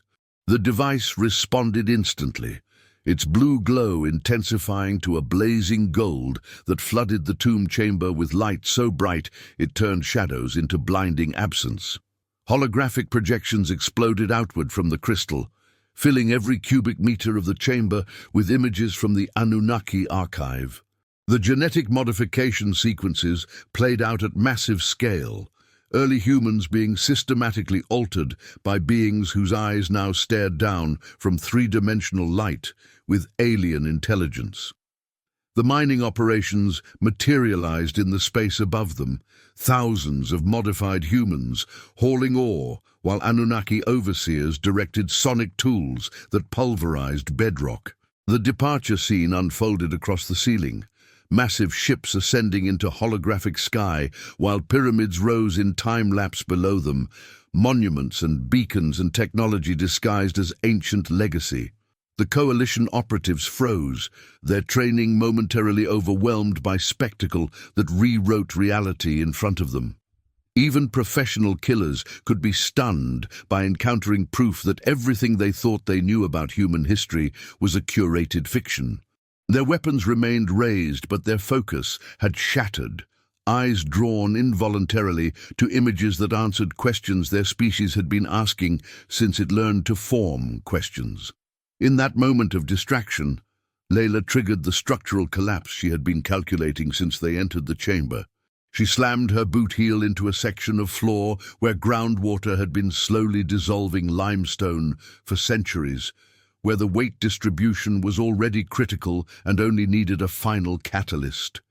The stone gave way with a grinding crack that sounded like the earth clearing its throat, a section of ceiling directly above the entrance fracturing along stress lines Layla had mapped years ago during her unauthorized surveys. Debris crashed down in a cascade of ancient blocks and dust, creating a barrier between Layla and the coalition operatives. Not permanent. Nothing in these tombs was stable enough for that. But enough. A temporary wall that bought seconds, maybe a minute if they were lucky, before the coalition regrouped and found another route. Webb was already moving, having used the distraction to break free from the operative's grip. He stumbled toward Layla, his face pale but determined, dust settling across his shoulders like ancient ash. The holographic projections continued to play out around them, the device still fully activated, painting the collapsing tomb with truths that had been suppressed for decades. "Go!" Webb shouted, pulling her toward a side passage he had mentioned during their flight from Cairo. They ran together, the sounds of pursuit already beginning to reorganize behind the barrier of fallen stone. The coalition wouldn't be stopped for long. They had the resources to blast through obstacles or find alternate routes, but Layla had bought them time. As they plunged deeper into the tomb network, Layla's mind completed the calculation she had been running since the coalition leader had spoken. She couldn't win by running. Every choice that involved hiding, fleeing, or trying to preserve the device in secret was just delaying inevitable capture. The coalition's power came from controlling information, from being able to suppress evidence and manage narratives. They had been doing it for 70 years, getting better at it with each advancement in surveillance and information control technology. The only way to win was to destroy that control entirely. To release everything, the device's data, the holographic archives, the star maps showing incoming Anunnaki vessels, into the wild, where no suppression protocol could contain it. Make the truth so public, so widely distributed, that the coalition would lose the ability to dismiss it as conspiracy or hoax. Force the world to confront what was coming rather than allowing agencies and governments to manage the revelation on their own timeline. "We need to broadcast," Layla said, her words coming between harsh breaths as they navigated through darkness lit only by their flashlights and the device's pulsing glow. "Everything. The complete archive. We need to get this data to every server, every platform, every journalist and researcher who's been asking the same questions we have. Flood the information space so thoroughly that suppression becomes impossible." Webb's expression shifted from fear to understanding, then to something approaching fierce hope. "I have contacts, people who've been waiting for exactly this kind of leak. WikiLeaks successors, decentralized networks, researchers who maintain deadman switches for exactly this scenario. But we need time, and we need connectivity, which means we need to get out of these tombs and find somewhere with bandwidth before the coalition locks down the entire region."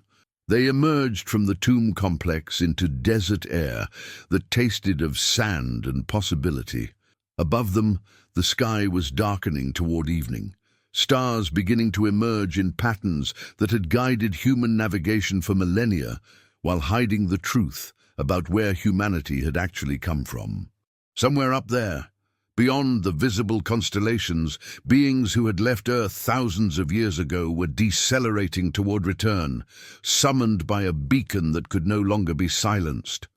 Layla clutched the device tighter, feeling its warmth radiate through her hands. The vindication she had craved for 15 years was no longer about proving her theories to academic committees or getting her reputation restored. It was about ensuring that when the Anunnaki arrived, humanity would meet them as an informed species, rather than as an ignorant workforce awakening to find its creators had returned to check on their property. Behind them, the coalition would be emerging from the tombs, coordinating pursuit vectors, calling in resources to lock down the region. The hunt was far from over. But for the first time since this began, Layla understood that she wasn't trying to win a debate or recover her career. She was trying to change the paradigm itself, to shift the battlefield from hidden chambers and suppressed data to full public revelation, where the coalition's traditional advantages would mean nothing. The game had changed. Now she just needed to survive long enough to play it. The journey through the underground network had come full circle, bringing Layla and Webb back to the hidden chamber beneath the Sphinx's paws, where this catastrophic chain of events had begun. The air here tasted the same as it had when Layla first descended alone. Dry limestone and metallic stillness, but everything else had transformed. She was no longer the woman kneeling in awestruck discovery, clutching proof that would vindicate 15 years of exile. She was exhausted, bleeding from scrapes that decorated her arms like brutal punctuation, and acutely aware that the chamber she stood in was now surrounded by coalition forces who had sealed every exit above ground with the efficient finality of professionals who had done this many times before. The Great Pyramid's beacon had reached a crescendo that made the air itself seem to vibrate. Even from beneath the earth, Layla could feel its resonance through her bones, a hum that had grown from subliminal vibration to audible song that Cairo's millions were now experiencing whether they wanted to or not. Above ground, every news camera in the city would be pointed at the Giza Plateau, capturing footage of visible energy shooting from the pyramid's apex into the night sky. Golden light lancing upward like humanity was trying to write messages to the stars in photons and desperation. The sight would be streaming live across every platform, shared and reshared faster than any suppression protocol could contain, the coalition's careful narrative control dissolving with each video upload and breathless commentary. Layla stood where she had stood at the beginning, the crystalline device heavy in her hands, but now she understood what she held. Not just an artifact or proof of ancient astronaut theories, but an interface to a cosmic recall signal that had been dormant for millennia, waiting for humanity to build the technological infrastructure necessary to make the beacon's reactivation meaningful. They hadn't stumbled into revelation. They had been measured, tested, and found ready according to criteria programmed by beings who viewed their modified workforce as an investment worth checking on. Webb slumped against the chamber wall nearby, his breathing shallow and controlled, in the way of someone managing pain through sheer willpower. Blood seeped through his jacket from a wound he'd sustained during their flight from Saqqara. Nothing immediately fatal, but enough to leave dark stains on ancient stone that had witnessed countless deaths across millennia. He was trying to tend to it with strips torn from his shirt, his hands shaking with exhaustion and shock as he pressed fabric against torn flesh.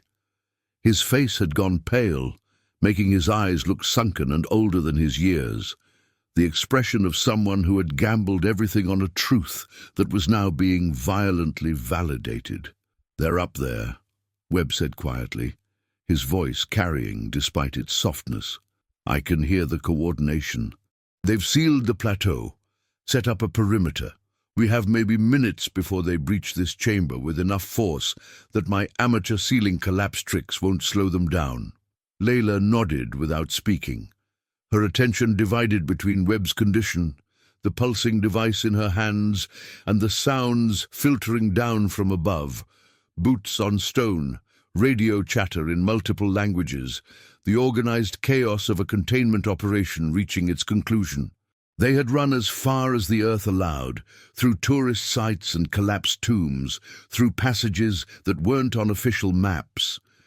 But the coalition had resources that made geography irrelevant. Thermal imaging, seismic sensors, local assets who could be activated with a phone call and a bank transfer. The hunt had always been going to end here, in the chamber where it began. The device projected another hologram, this one unfolding without prompting, as if the crystalline intelligence within it had been waiting for them to return to this specific location. The image that formed made Layla's breath catch, despite everything else competing for her attention. It was a blueprint of the Sphinx itself, rendered in transparent light with such detail that every block, every chamber, every hidden passage was visible in three-dimensional clarity. But it wasn't just a monument. The blueprint showed systems, conduits running through the limestone like technological veins, nodes positioned at mathematically precise intervals, a central core buried deep within the structure's body where quantum communication arrays sat dormant, waiting. The Sphinx wasn't a sculpture of a mythological guardian. It was a machine, a beacon that had been disguised as art. Technology hidden within cultural architecture so thoroughly that millennia of human scholarship had never thought to look for it. "Oh, God," Webb whispered, his pain momentarily forgotten as he stared at the holographic revelation. His linguist's mind was clearly racing through implications, connecting patterns that hadn't been visible until this moment. The earthquake. Layla, it wasn't random. The device, when you first touched it, it would have transmitted a signal. The seismic event that exposed this chamber wasn't a natural occurrence. It was triggered, deliberately. Layla felt the pieces falling into place with the weight of inevitability. The earthquake had struck with perfect timing, creating an opening in stone that had been sealed for thousands of years, exposing the access shaft that allowed her to reach the device. She had thought it was fortune, fate intervening on her behalf after years of cosmic injustice. But fate didn't work that way. The device had been monitoring, waiting for specific conditions to be met, and when they were, when humanity's technological development crossed whatever threshold the Anunnaki had programmed as ready for contact, it had triggered its own exposure. "We built the internet," Webb continued, his voice carrying a mixture of awe and horror. "Global satellite networks, digital connectivity that wrapped the planet in information infrastructure. That's what it was waiting for. Not just that we could receive a message, but that we had built the technological nervous system necessary to distribute the beacon's reactivation globally and instantaneously. The Sphinx woke up because we made ourselves ready." The implications crashed through Layla's exhaustion like cold water. The Anunnaki weren't invading in the sense that hostile forces invade. They were responding to a recall signal that humanity had unknowingly activated by advancing its technology to a point where recontact became viable. They had left behind not just monuments, but programmed protocols, artificial intelligence designed to assess their creation's development and summon them back when certain milestones were achieved. Humanity had spent the last 70 years building the very infrastructure that would announce its readiness to be revisited. "They're not enemies," Layla said, testing the words and finding them inadequate but not incorrect. "They're returning employers, and we're the resource they invested in. The question is whether we've matured into something they can negotiate with, or whether we're still just the workforce they genetically engineered, now with fancier tools." The sounds from above intensified, the sharp concussive reports of breaching charges being placed, the coordinated countdown of operatives preparing to force entry through multiple access points simultaneously. The coalition was done with pursuit and containment. This was the end game, the moment when they would recover the device, sanitize the witnesses, and attempt to manage the global crisis that was already spiraling beyond their control. The first breach came with a thunder that made ancient stone rain dust and fragments. Coalition operatives descended through the newly widened shaft, their tactical gear dark against the chamber's golden holographic light, weapons raised with professional efficiency. They spread out immediately, covering angles and eliminating escape routes with practiced coordination. More came through secondary entrances that hadn't existed minutes ago, shaped charges having carved new passages through limestone that had stood for millennia. Commander Reeves entered last, moving with the unhurried confidence of someone who knew the outcome was no longer in question. She was the coalition leader Layla had seen in Saqqara, the woman with the professionally neutral face and the voice that made threats sound like logistics reports. She carried a tablet rather than a weapon, her attention split between the screen in her hands and the two researchers cornered in the ancient chamber. "Dr. Hassan," Reeves said, her tone unchanged from their first encounter. "The situation has evolved beyond local containment.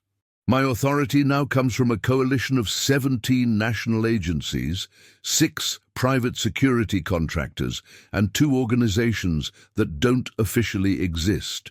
The device in your hands represents the most significant threat to global stability since nuclear proliferation. You will surrender it, and you will surrender the complete data you've extracted from it." She tapped the tablet screen, then turned it to face Layla. The image displayed made Layla's heart contract with ice-cold fear that had nothing to do with her own safety. It was a surveillance feed showing a suburban house with carefully maintained landscaping and a minivan in the driveway. Through the window, clearly visible in the feed's high-resolution clarity, were people, Webb's family. His wife preparing dinner in the kitchen, visible through a window that should have offered privacy, but instead broadcast her every movement to whoever held the camera. 2 children, young enough that they hadn't yet learned to distrust the world, playing in a living room that was being watched by professionals who had made entire families disappear before. "Dr. Webb's family is under protective observation," Reeves continued, the euphemism delivered without irony. "His children, Emma, age 8, and David, age 5, attend Lincoln Elementary. His wife teaches English literature at the community college. They are, by all accounts, innocent bystanders to your obsession. Whether they remain bystanders or become collateral depends entirely on your next decision." The drones Reeves had mentioned earlier hovered at the chamber's entrance, small and efficient, their rotors creating a low whine that competed with the device's hum. Red targeting lasers painted precise dots across Layla's chest and Webb's forehead, measuring distances, calculating trajectories, ready to execute whatever command came from the woman holding the tablet. Layla looked at Webb and saw something in his expression that made her chest tighten, with a pain that had nothing to do with physical injury. He was terrified, not for himself, but for his family, for the people he had left vulnerable when he chose to help her decode forbidden knowledge. But beneath the fear was something else, something that looked uncomfortably like resignation mixed with fierce determination. He would sacrifice himself. She could see it in the set of his jaw, the way his hands had stopped shaking even as blood continued to seep through his makeshift bandage. He would tell her to give up the device, would probably offer himself as trade, would make some desperate play to ensure his family's safety, even if it meant his own erasure. And that would make Layla no different than the coalition. Someone who used leverage and fear to control outcomes, who calculated human lives as variables in pursuit of a goal. Her fatal flaw confronted her with brutal clarity.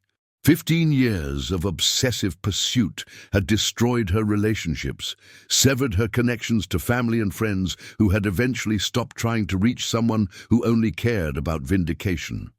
She had chosen forbidden knowledge over every human bond, had prioritized being right over being present, had let her need to prove the conspiracy theorists were actually right, consume everything else in her life. She had nothing left to lose because she had already lost it all in service to this obsession.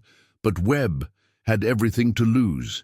He had a family who loved him, who waited for him to come home, who believed he was consulting on a linguistic project rather than decoding the genetic manipulation of humanity by extraterrestrial colonizers. He had built a life beyond the exile that academia had imposed on him, had found meaning in relationships rather than just in revelation. Layla's hands trembled as she held the crystalline device, feeling its warmth pulse against her palms. The vindication she had craved for 15 years was within reach. Not just proof that she had been right, but global acknowledgement of truths that the coalition had suppressed for 70 years. The holographic archives flickering around the chamber contained answers to questions humanity had been asking since it learned to form questions. Genetic origins, the purpose of ancient monuments, the reality that we weren't alone in the universe and never had been. Everything she had sacrificed her career, her reputation, her relationships to pursue was encoded in the crystal humming in her hands. But at what cost?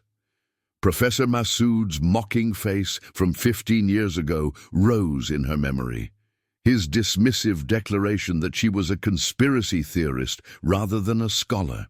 The faculty committee raising their hands to deny her dissertation, to exile her from the only world she had wanted to be part of.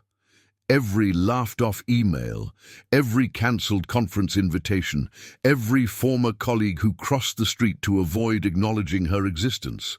The burning need to prove them all wrong had driven her through a decade and a half of humiliation and isolation. And for what? To stand in an ancient chamber with a device that would rewrite human history, while armed professionals threatened to murder a man's family unless she surrendered the proof that would vindicate her suffering.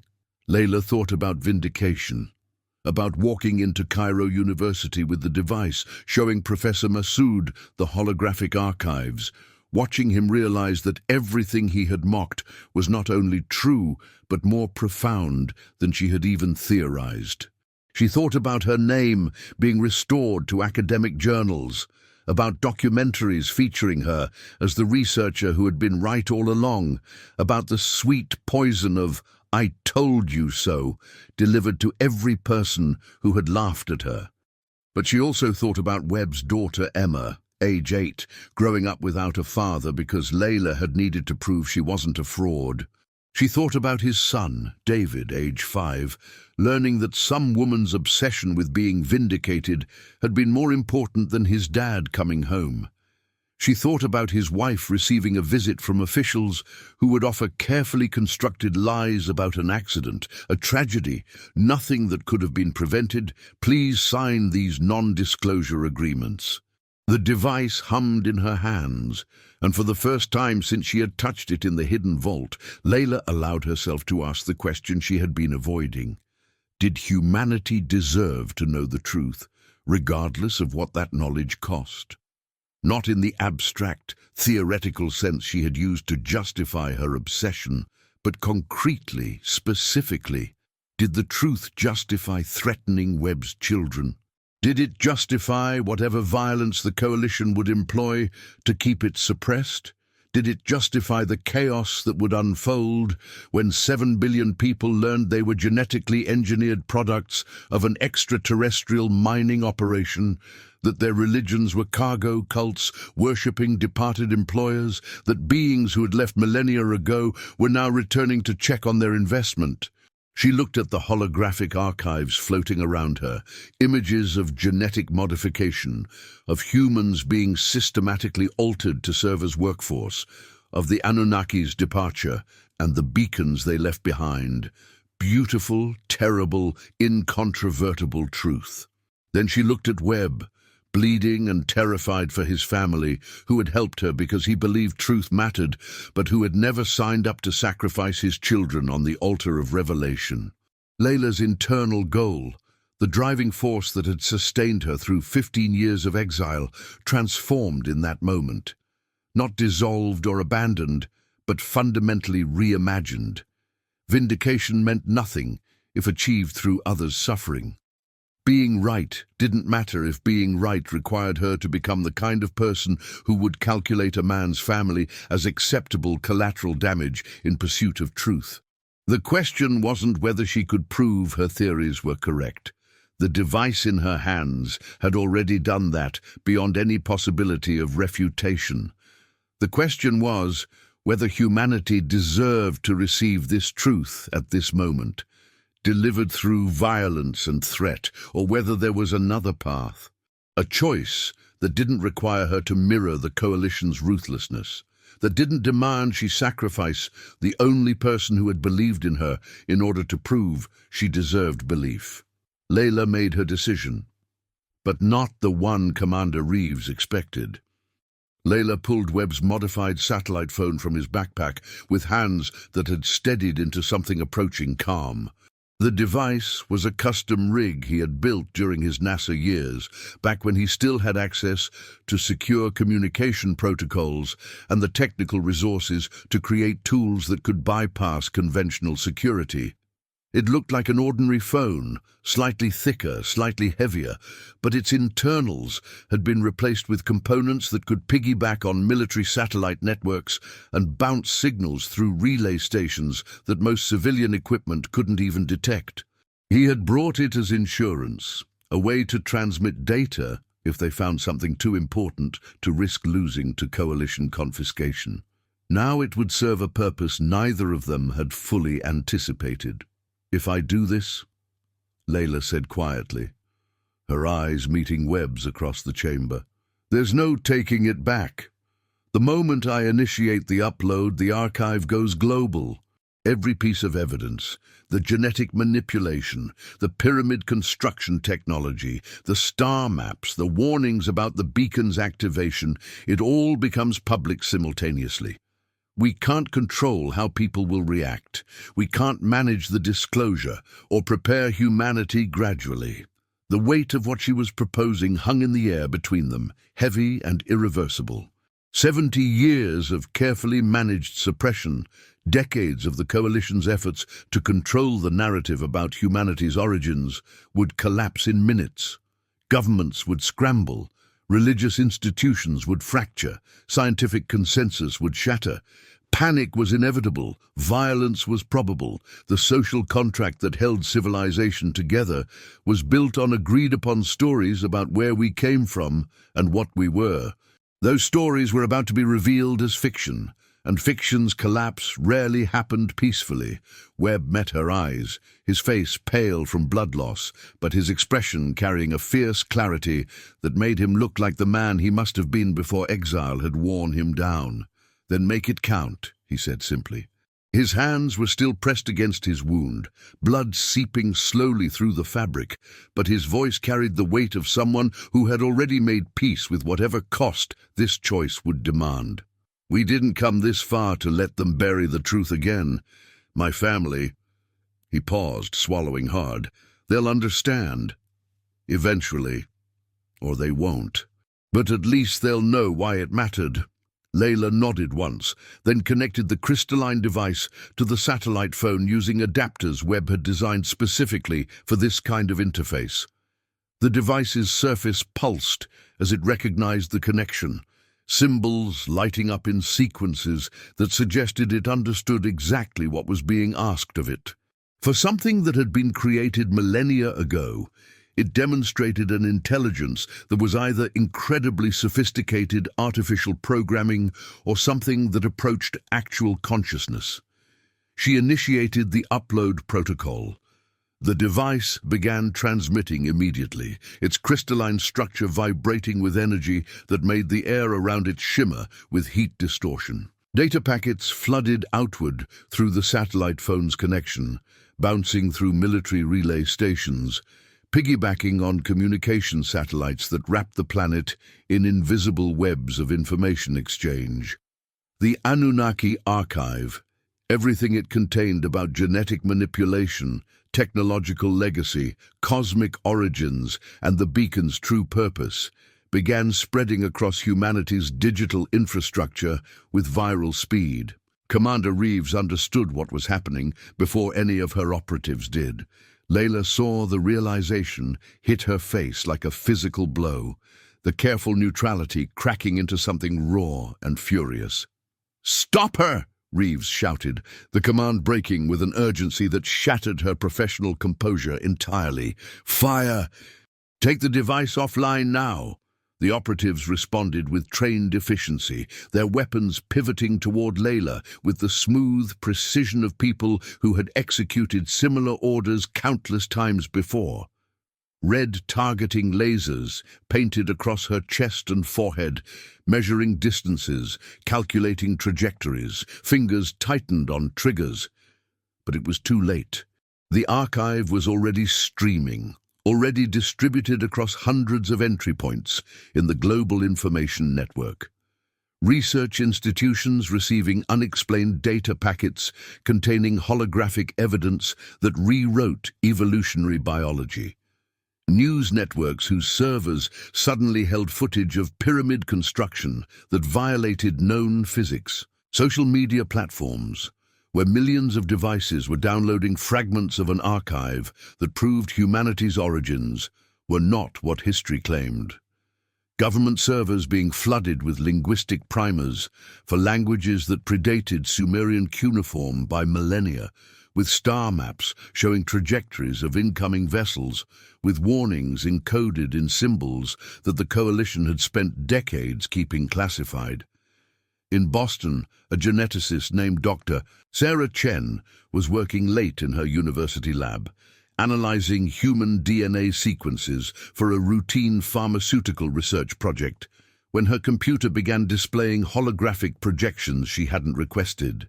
Images materialized above her desk, showing early hominid DNA being systematically altered, sequences being removed, new code being inserted with precision that shouldn't have been possible with Bronze Age technology or even modern CRISPR methods.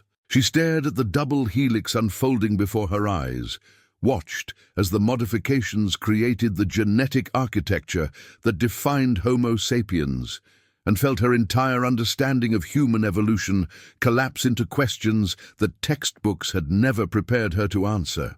In Beijing, physicist Dr. Liu Wei was reviewing equations related to acoustic levitation when his laboratory's display screens suddenly filled with schematics showing pyramid construction through sonic technology. Massive limestone blocks floating on invisible waves of sound, positioned with millimeter precision by beings whose tools looked nothing like the copper chisels that archaeological consensus claimed were the only available technology. The physics was theoretically possible. He could see the wave interference patterns, the frequency modulations necessary to create stable levitation fields. But the scale and sophistication suggested engineering capabilities that preceded human civilization by thousands of years. In Vatican City, a group of religious scholars assembled for an evening conference on creation theology found their presentation interrupted when every screen in their chamber began displaying something none of them had theological framework to process. Images of genetic modification labs, of early humans being systematically altered, of beings who matched descriptions from ancient texts, the Anunnaki, the Elohim, the Watchers, carrying out procedures that looked nothing like divine creation and everything like industrial genetic engineering. Brother Thomas Moretti felt his breath catch as he watched scenes that transformed the Garden of Eden from sacred mystery into something approaching a testing facility. Humanity's creation not a miracle, but a project with specific design parameters. The internet exploded with simultaneous panic, wonder, denial, and revelation. Social media platforms crashed under the weight of billions of people trying to access, share, and comprehend data that rewrote everything they thought they knew about their species. Hashtags trended and died and were replaced by new ones as the language struggled to keep pace with what was being revealed. Videos of the Great Pyramid's beacon, golden light shooting into the night sky, visible from orbit, were shared millions of times per minute. each share accompanied by commentary that ranged from scientific analysis to religious interpretation to accusations of mass hoax. But the data was too widespread, too scientifically verifiable to be dismissed as fabrication. Geneticists could examine the DNA sequences and verify they matched human genetic architecture. Physicists could analyze the acoustic levitation schematics and confirm the mathematics worked. Linguists could trace the cuneiform derivatives and see how ancient languages had evolved from the proto-script displayed in the archive. Every piece of evidence could be checked, tested, replicated by independent researchers across the planet. The coalition's decades of suppression collapsed in minutes, not because their security protocols had failed, but because the information space had become too distributed, too redundant, too democratized to allow centralized control. You couldn't suppress what existed on millions of devices simultaneously, couldn't classify what was already being analyzed in university labs and shared across peer-to-peer networks. Governments scrambled to control the narrative, issuing statements that contradicted each other with whiplash speed. Some called for calm, others for investigation. A few declared states of emergency, mobilizing security forces to manage populations that were experiencing collective existential crisis. Press conferences were hastily convened and then cancelled as officials realized they had no answers to the questions being asked, no framework for managing disclosure of this magnitude. In the chamber beneath the Sphinx, Layla stood firm as coalition operatives stormed toward her position. The device continued transmitting its final data packets, the crystalline structure glowing with intensity that made shadows dance across ancient walls like witnesses to cosmic revelation. She could feel the heat radiating from it, could sense that the upload was nearing completion, that the point of no return was being crossed with each passing second. Commander Reeves reached her first, moving with a violence that spoke of control finally shattered. Her hand closed around Layla's throat with crushing force, professional composure completely abandoned in favor of raw fury. "You have no idea what you've done," Reeves hissed, her face inches from Layla's, eyes blazing with something that looked like genuine fear beneath the rage. "You've doomed us. When they arrive, when the Anunnaki see what we've become, how we've spread, how we've claimed this planet as ours, do you think they'll negotiate? They left us as workforce. We're property that's been unsupervised for millennia. You just sent them an inventory report." Layla met Reeves's eyes, despite the hand cutting off her air, despite the pain blooming in her throat. "I've freed us," she managed to force out through constricted airways. 70 years of keeping humanity ignorant about its origins didn't make us safer. It made us vulnerable. Now at least we know what's coming. We have time to prepare, to decide who we want to be when they arrive. Slaves who don't know their history, or a species that understands where it came from and refuses to go back. In the struggle, Reeves yanked Layla sideways with enough force that they both stumbled. The crystalline device, still connected to Webb's satellite phone, slipped from its precarious position on the chamber floor. Layla watched in slow-motion horror as it fell, tumbling through air that seemed suddenly thick as water, its faceted surface catching and fracturing the golden light of the still-active beacon above ground. It struck ancient stone with a sound that was both sharp and strangely musical, crystal meeting limestone that had stood for 5,000 years. The device's structure cracked, fissures racing across its surface like lightning frozen in solid matter. The holographic projections that had been painting the chamber with images of humanity's engineered origins flickered once, twice, then died as the power source within the crystalline matrix fractured beyond its ability to maintain coherence. But the upload was complete. Layla could see it in the final sequence of symbols that flashed across the device's surface before the light faded entirely, a confirmation protocol indicating successful transmission of the full archive. Everything the Anunnaki had encoded in their beacon, everything they had left behind as both legacy and warning, was now distributed across humanity's information networks beyond any possibility of suppression or recall. The chamber fell into relative darkness, lit now only by flashlights and the distant glow from above where the Great Pyramid's beacon continued its cosmic transmission. The device lay on the floor in pieces, its crystalline fragments scattered across stone that bore the marks of countless other artifacts broken by time and circumstance. It had served its purpose, awakening from millennia of dormancy, to deliver a message its creators had programmed it to transmit when specific conditions were met. Reeves released Layla's throat, stepping back with an expression that had moved beyond fury into something approaching exhausted resignation. She looked at the broken device, at the chamber that had held secrets for thousands of years, at Layla, who had just changed the trajectory of human history through a choice that couldn't be undone.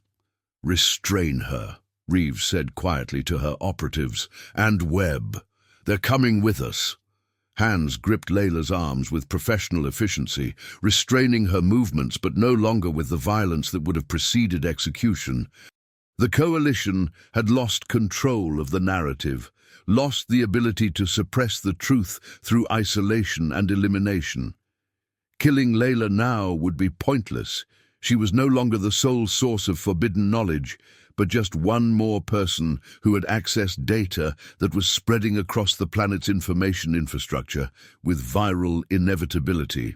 As operatives secured her wrists with restraints that were firm but not cruel, Layla looked up toward where the beacon's light was still visible, filtering down through the shaft that connected this ancient chamber to the surface world.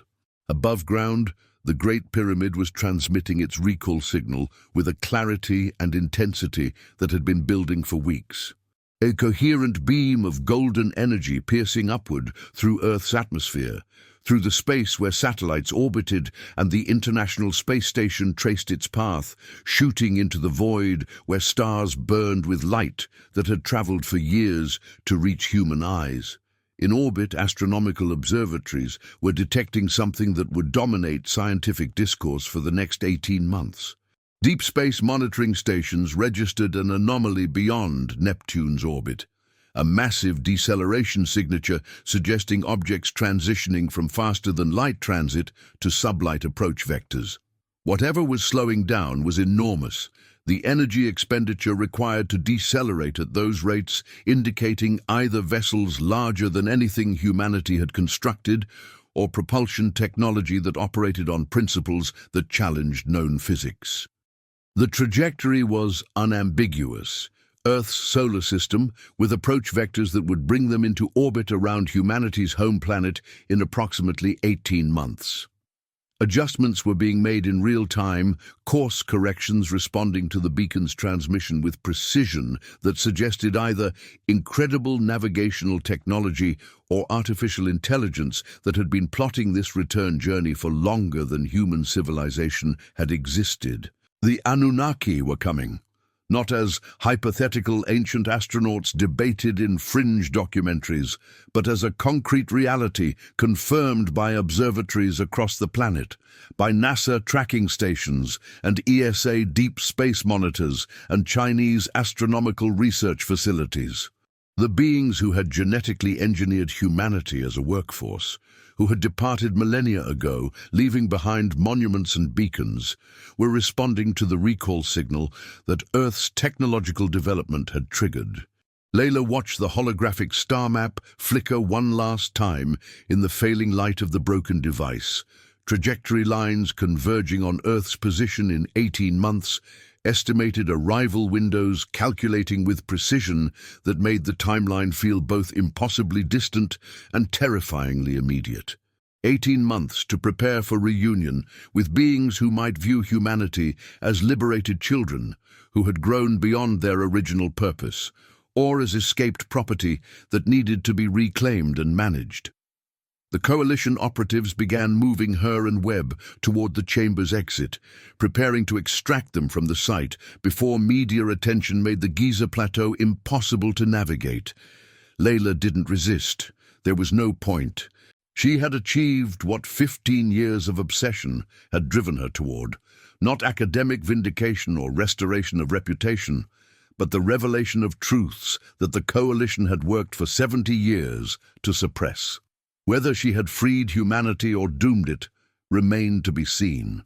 The answer would arrive in 18 months, carried on vessels that were already decelerating toward Earth, piloted by beings whose intentions were encoded in genetic manipulation protocols and mining operation records, rather than in diplomatic overtures or peaceful first contact protocols. As they emerged from the chamber into desert air that tasted of sand and the electric aftermath of cosmic revelation, Layla looked up at the night sky where stars burned with ancient light.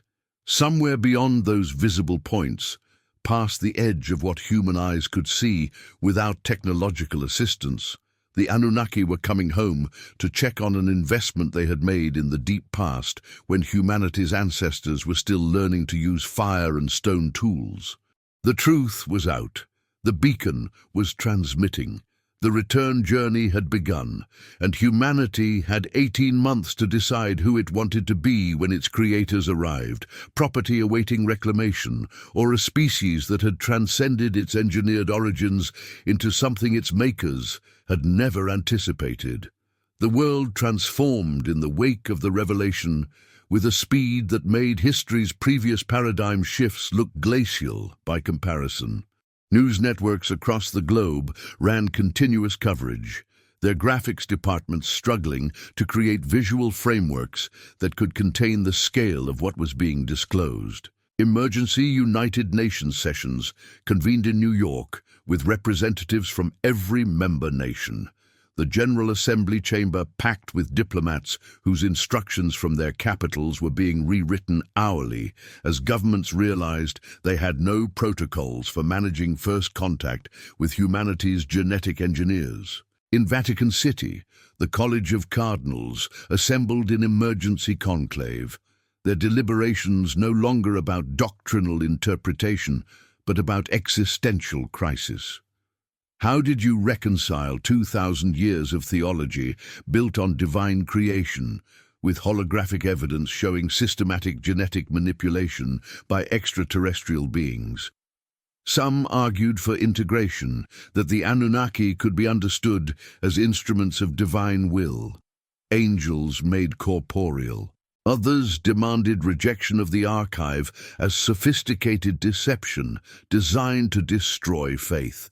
The debates grew heated, fracturing along lines that had less to do with scripture and more to do with whether truth could be negotiated or only accepted.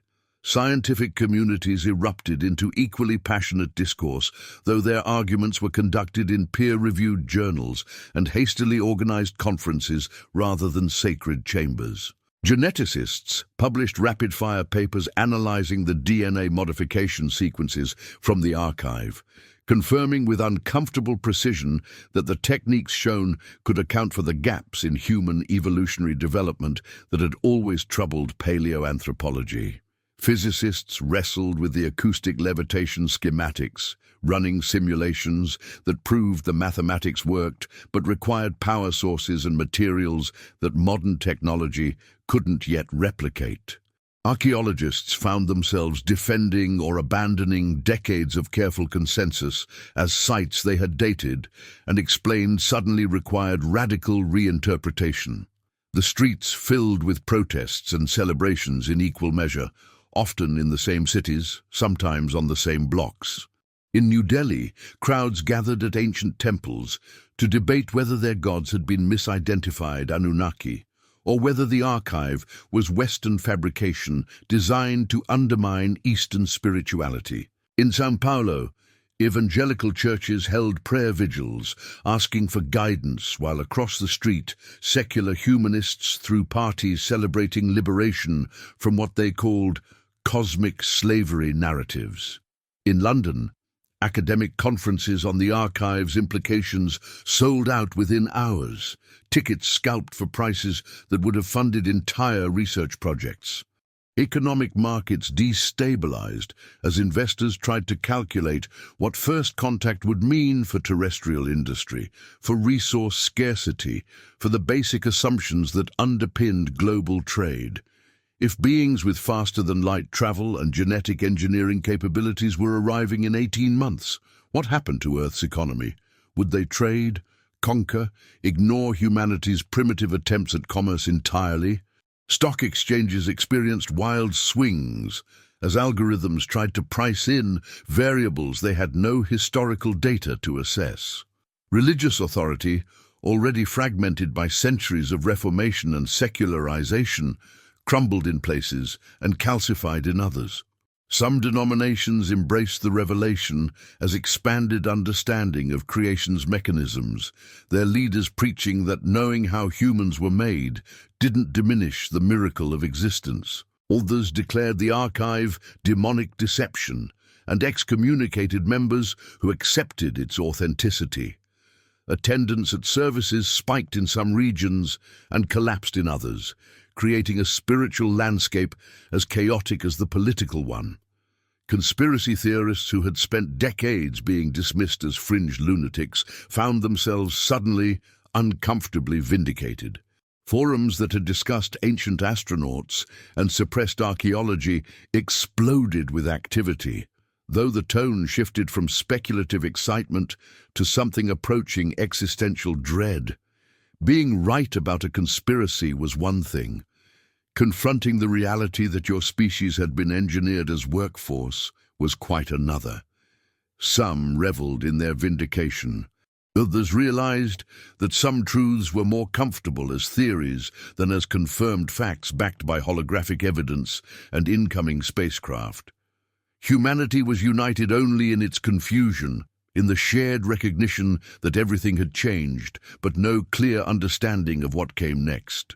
The only consensus that emerged from the chaos was that the old certainties about origins, about humanity's place in the cosmos, about whether we were alone, had been shattered beyond any possibility of reconstruction. The coalition, exposed by the leak and abandoned by governments eager to distance themselves from suppression scandals, faced the institutional collapse it had worked 70 years to prevent. Commander Reeves and her superiors were arrested by authorities who had previously authorized or ignored their activities, but now needed scapegoats to satisfy populations demanding accountability. Classified facilities were raided by agencies that had once cooperated with coalition operations. Documents detailing decades of archaeological suppression, researcher intimidation, and evidence destruction were released in waves that ensured no single news cycle could contain them. Reeves appeared on television in restraints, being led into courthouses in multiple countries as jurisdictions competed to prosecute her first. The woman who had moved through the world with professional neutrality and assumed impunity now faced cameras with an expression that mixed defiance and something approaching relief, as if being arrested was simpler than continuing to manage a secret that had finally escaped containment. Layla watched the coverage from a detention cell that was technically a secure research facility, but functionally a prison with better amenities. The room was small but clean, furnished with a bed, desk, and chair that were government-issue utilitarian. A single window looked out onto a courtyard where guards took breaks and sometimes stood watching the sky as if expecting to see the approaching fleet with naked eyes, despite the months that separated now from arrival. She was being held by an international coalition of authorities who couldn't agree on her status. Simultaneously, a criminal for theft and trespass, a terrorist for releasing classified information, and an invaluable asset whose knowledge of the archive made her essential for preparing humanity's response. Letters flooded the facility daily, sorted by staff overwhelmed by the volume. Some were from scientists requesting collaboration, offering positions at institutions that weeks ago would have laughed at her name on an application. Geneticists wanted her insights into the modification sequences. Linguists needed help decoding the proto-cuneiform script variations. Physicists hoped she could clarify the acoustic levitation schematics. Academic journals that had rejected her papers 15 years ago now requested exclusive interviews, offering front-page features and rehabilitation of reputation they had destroyed. Other letters came from religious leaders demanding explanations or offering condemnation. A Catholic bishop wrote asking how she reconciled her actions with the spiritual damage caused by challenging creation theology. An imam requested she clarify whether the archive supported or contradicted Quranic accounts of human origins. A Buddhist abbot thanked her for revealing truths that aligned with teachings about illusion and impermanence. A fundamentalist pastor damned her to hell in 3 pages of typed fury, single-spaced. Most letters came from ordinary people, teachers and engineers and parents writing from suburbs and cities whose names Layla barely recognized. Some thanked her for truth, regardless of cost. Others blamed her for destroying the comfortable ignorance that had allowed them to raise children with clear answers about where we came from and why we mattered. A woman in Manchester wrote that she couldn't sleep anymore, couldn't look at her daughter without seeing genetic engineering rather than miracle. A man in Tokyo thanked Layla for proving his grandfather's crazy theories correct before the old man died, still dismissed as a fool. A teenager in São Paulo wrote asking if humans had souls, if they were designed products rather than divine creations. Layla read them all, or tried to, until the volume became impossible and staff began curating selections they deemed representative or urgent. Each letter was a reminder that her choice in the chamber beneath the Sphinx had consequences that rippled through individual lives in ways she could never have calculated or prepared for. Webb visited when the authorities finally processed his deal. Cooperation and testimony in exchange for his family's protection, relocation under new identities, immunity from prosecution that Layla herself wasn't granted.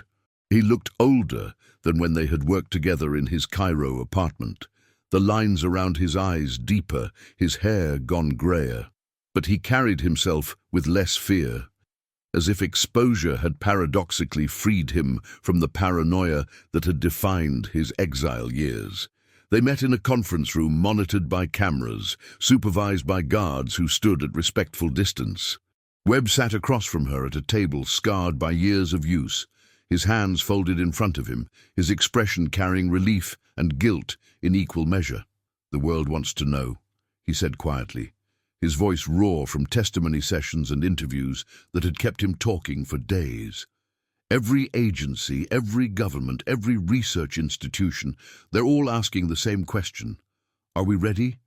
For when they arrive, for what comes next, for whatever the Anunnaki intend when they see what their workforce has become. Layla met his eyes across the table, seeing in them the same exhaustion she felt, the weight of having changed everything and having no clear sense of whether the change would lead to enlightenment or catastrophe. "We have to be," she replied, the words simple but carrying conviction that surprised her. "Ready or not, they're coming. The only choice we have is whether we meet them as a species that understands its origins or one still clinging to comfortable lies. I chose understanding. Whatever cost that carries, at least we won't face them ignorant." Webb nodded slowly, his fingers tightening around each other. "My daughter asked me if we're slaves. Emma, 8 years old, trying to process that her species was designed as labor. I didn't know how to answer her. What do you tell a child? That yes, technically we were engineered to serve, but that we've had thousands of years unsupervised, and maybe that changed us into something our creators didn't intend. You tell her the truth," Layla said, "that where we came from doesn't determine where we're going. That being designed doesn't mean we can't choose who we want to be. That 18 months is enough time for humanity to decide if it wants to be property or something else entirely." Astronomers worldwide tracked the approaching object with instruments that revealed details, making the news cycles increasingly surreal. It wasn't a ship in any conventional sense, but a fleet, three massive constructs decelerating through the outer solar system with precision that suggested navigational technology capable of calculating trajectories across light years with sub-kilometer accuracy. Each vessel was larger than Earth's moon, their surfaces reflecting spectroscopic analysis that showed materials not found in the periodic table, structures that seemed to shift configuration in response to solar wind and gravitational fields, as if the ships themselves were semi-organic. Communication attempts yielded only echoes of the beacon's signal reflected back, with additions that linguists and mathematicians were frantically trying to decode. The Anunnaki weren't silent. They were responding with linguistic patterns that built on the proto-cuneiform archive, mathematical proofs that extended human understanding in directions that required new notation systems to express, and an updated arrival estimate that made populations worldwide check their calendars with increasing anxiety. 14 months. The fleet had accelerated, adjusting trajectory to arrive sooner than initial projections suggested. Whether this indicated eagerness, concern, or simply more efficient propulsion than human astronomers had calculated remained unclear. What was certain was that the timeline was shrinking, that the date when humanity would meet its creators was approaching faster than institutions could adapt or populations could emotionally process. Humanity mobilized in response, though not in the unified way that science fiction had imagined first contact would proceed. There was no single world government that spoke for the species, no coordinated defense that made sense against technology that could decelerate moon-sized vessels from faster-than-light speeds. Instead, mobilization happened in fragments, space agencies coordinating observation protocols, military establishments running scenarios that always ended in human forces being irrelevant against such technological disparity, diplomatic corps attempting to draft communication protocols for beings who had left Earth millennia before writing systems were invented. Layla became central to these efforts despite her detention. She was transported under guard to conferences and briefings, her insights into the archive considered too valuable to leave sequestered regardless of her criminal status. Linguists brought her new fragments of the communication signals to analyze. Engineers showed her prototypes attempting to replicate acoustic levitation technology from the schematics. Diplomats asked her to speculate on Anunnaki intentions based on the archive's contents, as if genetic manipulation protocols from 10,000 years ago could predict negotiating positions of beings who had traveled across stellar distances to return. She realized during these sessions that her vindication had come, but not in the form she had imagined during 15 years of exile. No one was apologizing for dismissing her theories or restoring her academic credentials with ceremony and acknowledgement of injustice. Instead, the entire species had been forced to acknowledge that she had been right about fundamental questions regarding human origins, and that being right had transformed her from outcast into someone humanity needed whether it wanted to or not. Her fatal flaw, the obsessive pursuit of forbidden knowledge that had isolated her from relationships and mainstream science, had become humanity's accidental salvation. If she had accepted dismissal, had stopped researching when her dissertation was denied, had chosen reputation over truth, the coalition would have continued managing suppression for decades more.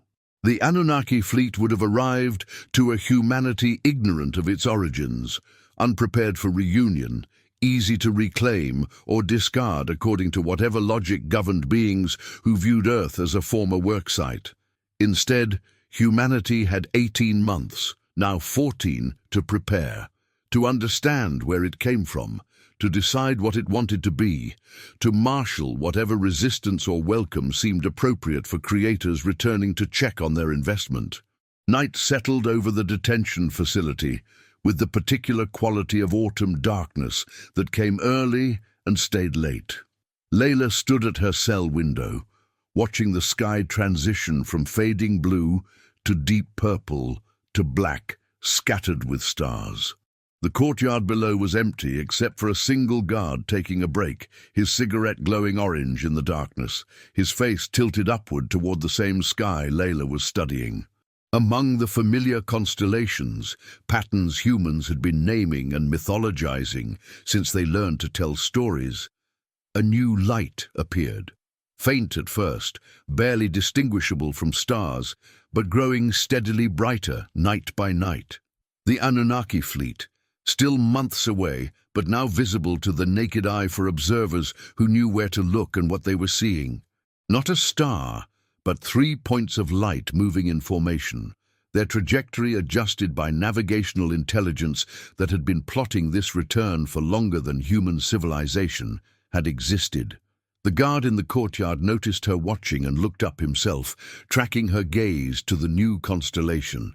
Their eyes met briefly through the window, prisoner and captor united momentarily in contemplation of something that made their roles feel arbitrary and small. He didn't see a criminal in that moment. He saw someone who had opened a door that could never be closed, a prophet or a terrorist, depending on perspective, but undeniably the person who had forced humanity to confront truth it had been fleeing from through comfortable ignorance and institutional suppression. The beacon from the Great Pyramid still pulsed, visible from orbital observation platforms as a rhythmic emission of golden energy shooting into space with clockwork precision. A heartbeat signaling, "We are here, we remember, we are waiting." It had been transmitting since the device activated, would continue transmitting until the fleet arrived or until humanity found a way to shut it down. Though every attempt to interfere with the beacon's operation had failed, the technology too sophisticated and too deeply integrated with the pyramid's structure to be disabled without destroying one of history's most significant monuments. Layla placed her hand against the cold glass of the window, feeling the chill seep into her palm, grounding her in the physical present while her mind contemplated futures that branched in infinite directions. In 14 months, humanity would meet its makers, whether they came as liberators offering advanced knowledge and partnership, or as masters returning to reclaim property that had gotten ideas above its station, remained unknown. The archive had shown their departure and their beacon protocols, but had been silent on their intentions for return. She thought about 15 years as an outcast, dismissed and mocked and exiled from the only community she had wanted to be part of. The pain of that rejection had driven her obsession, had fueled the years of unauthorized research and refused acceptance of official narratives. She had told herself it was about truth, about human origins deserving rigorous investigation rather than dismissal. But she could acknowledge now, with the honesty that came from having nothing left to prove, that vindication had been the real drug she was chasing. The fantasy of standing before Professor Massoud and the faculty committee and forcing them to admit they had been wrong, that she had been right all along, that they owed her 15 years of apologies. That fantasy had sustained her through poverty and isolation and humiliation, and now it was irrelevant. The world knew she had been right about humanity's origins. Her theories were being taught in universities that weeks ago wouldn't have let her enter as a guest lecturer. Her name was in every news report about the archive and the incoming fleet. She had been vindicated on a scale beyond anything her small dreams of academic rehabilitation could have imagined. But standing at the window, watching a new constellation brighten in the autumn sky, Layla realized she had never really been looking for vindication. The obsession with proving her critics wrong had been surface motivation, the story she told herself to justify choices that were actually about something deeper and less flattering. She had been looking for this moment, not the personal triumph, but the species-wide reckoning. The instant when humanity could no longer hide from its origins behind comfortable myths and institutional authority. The cost of truth had been paid in her relationships, her career, her reputation, and now her freedom. But also, in the chaos consuming the world, in religious institutions fracturing, in the fear she saw in letters from parents who didn't know how to explain to their children that we were designed rather than divine. Truth wasn't free, and its price was measured in shattered certainties and destabilized societies just as much as in personal sacrifice. The guard below finished his cigarette, grinding it out under his heel, then looked up at her window one more time before heading back inside. His expression carried something Layla couldn't quite pass.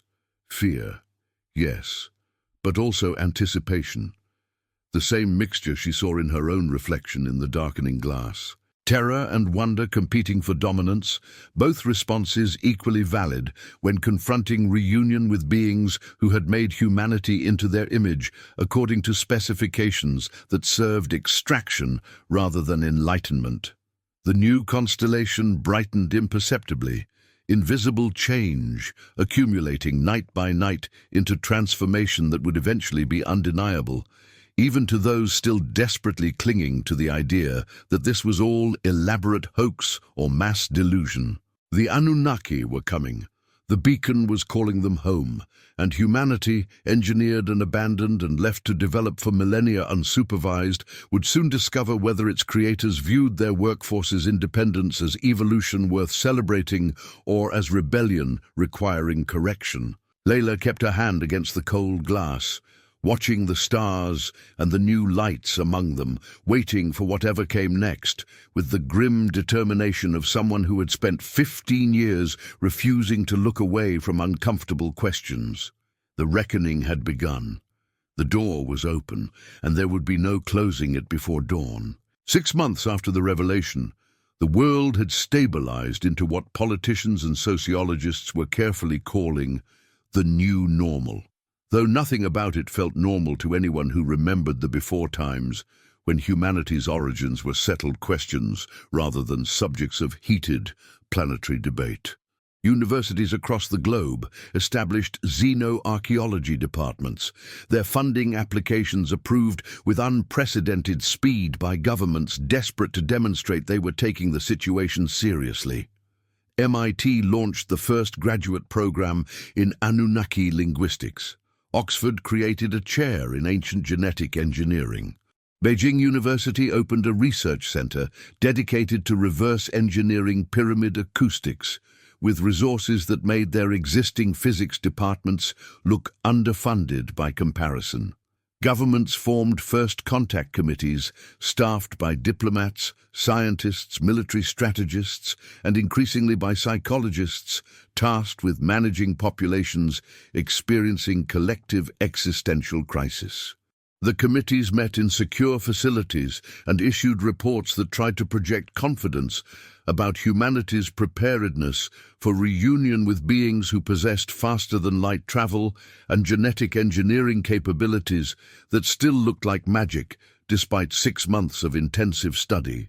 Behind closed doors, the meetings were exercises in barely controlled panic as officials tried to draft protocols for scenarios that ranged from peaceful knowledge exchange to humanity being reclaimed as property or simply exterminated as a failed experiment.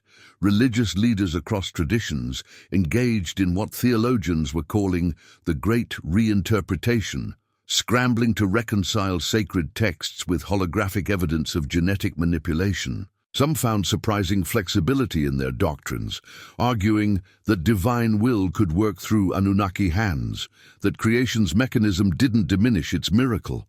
The Vatican released an encyclical stating that humanity's engineered origins didn't preclude the existence of souls or the validity of redemption theology. Islamic scholars published fatwas attempting to integrate the archive's revelations with Quranic teachings about creation's signs. Buddhist monasteries welcomed the news as confirmation that attachment to origin stories had always been illusion worth transcending. Others fractured and hardened, declaring the archive demonic deception that true believers must reject, regardless of scientific verification. Fundamentalist movements gained adherents who found existential comfort in denial, who preferred familiar myths to truths that required rebuilding their entire conceptual frameworks. Violence erupted sporadically as theological disputes turned physical, though less frequently than pessimists had predicted. Most people, it turned out, were too exhausted by the revelation's magnitude to sustain militant certainty about much of anything. The Giza Plateau had been transformed into a pilgrimage site that drew millions of visitors despite Egyptian authorities' attempts to manage the overwhelming influx. People came from every continent, every faith tradition, every educational background, united only in their need to witness the beacon that had summoned humanity's creators back across the stars. They stood in crowds that stretched to the horizon, watching the Great Pyramid pulse with golden light in rhythms that seismographs registered across the planet. Some prayed, some wept.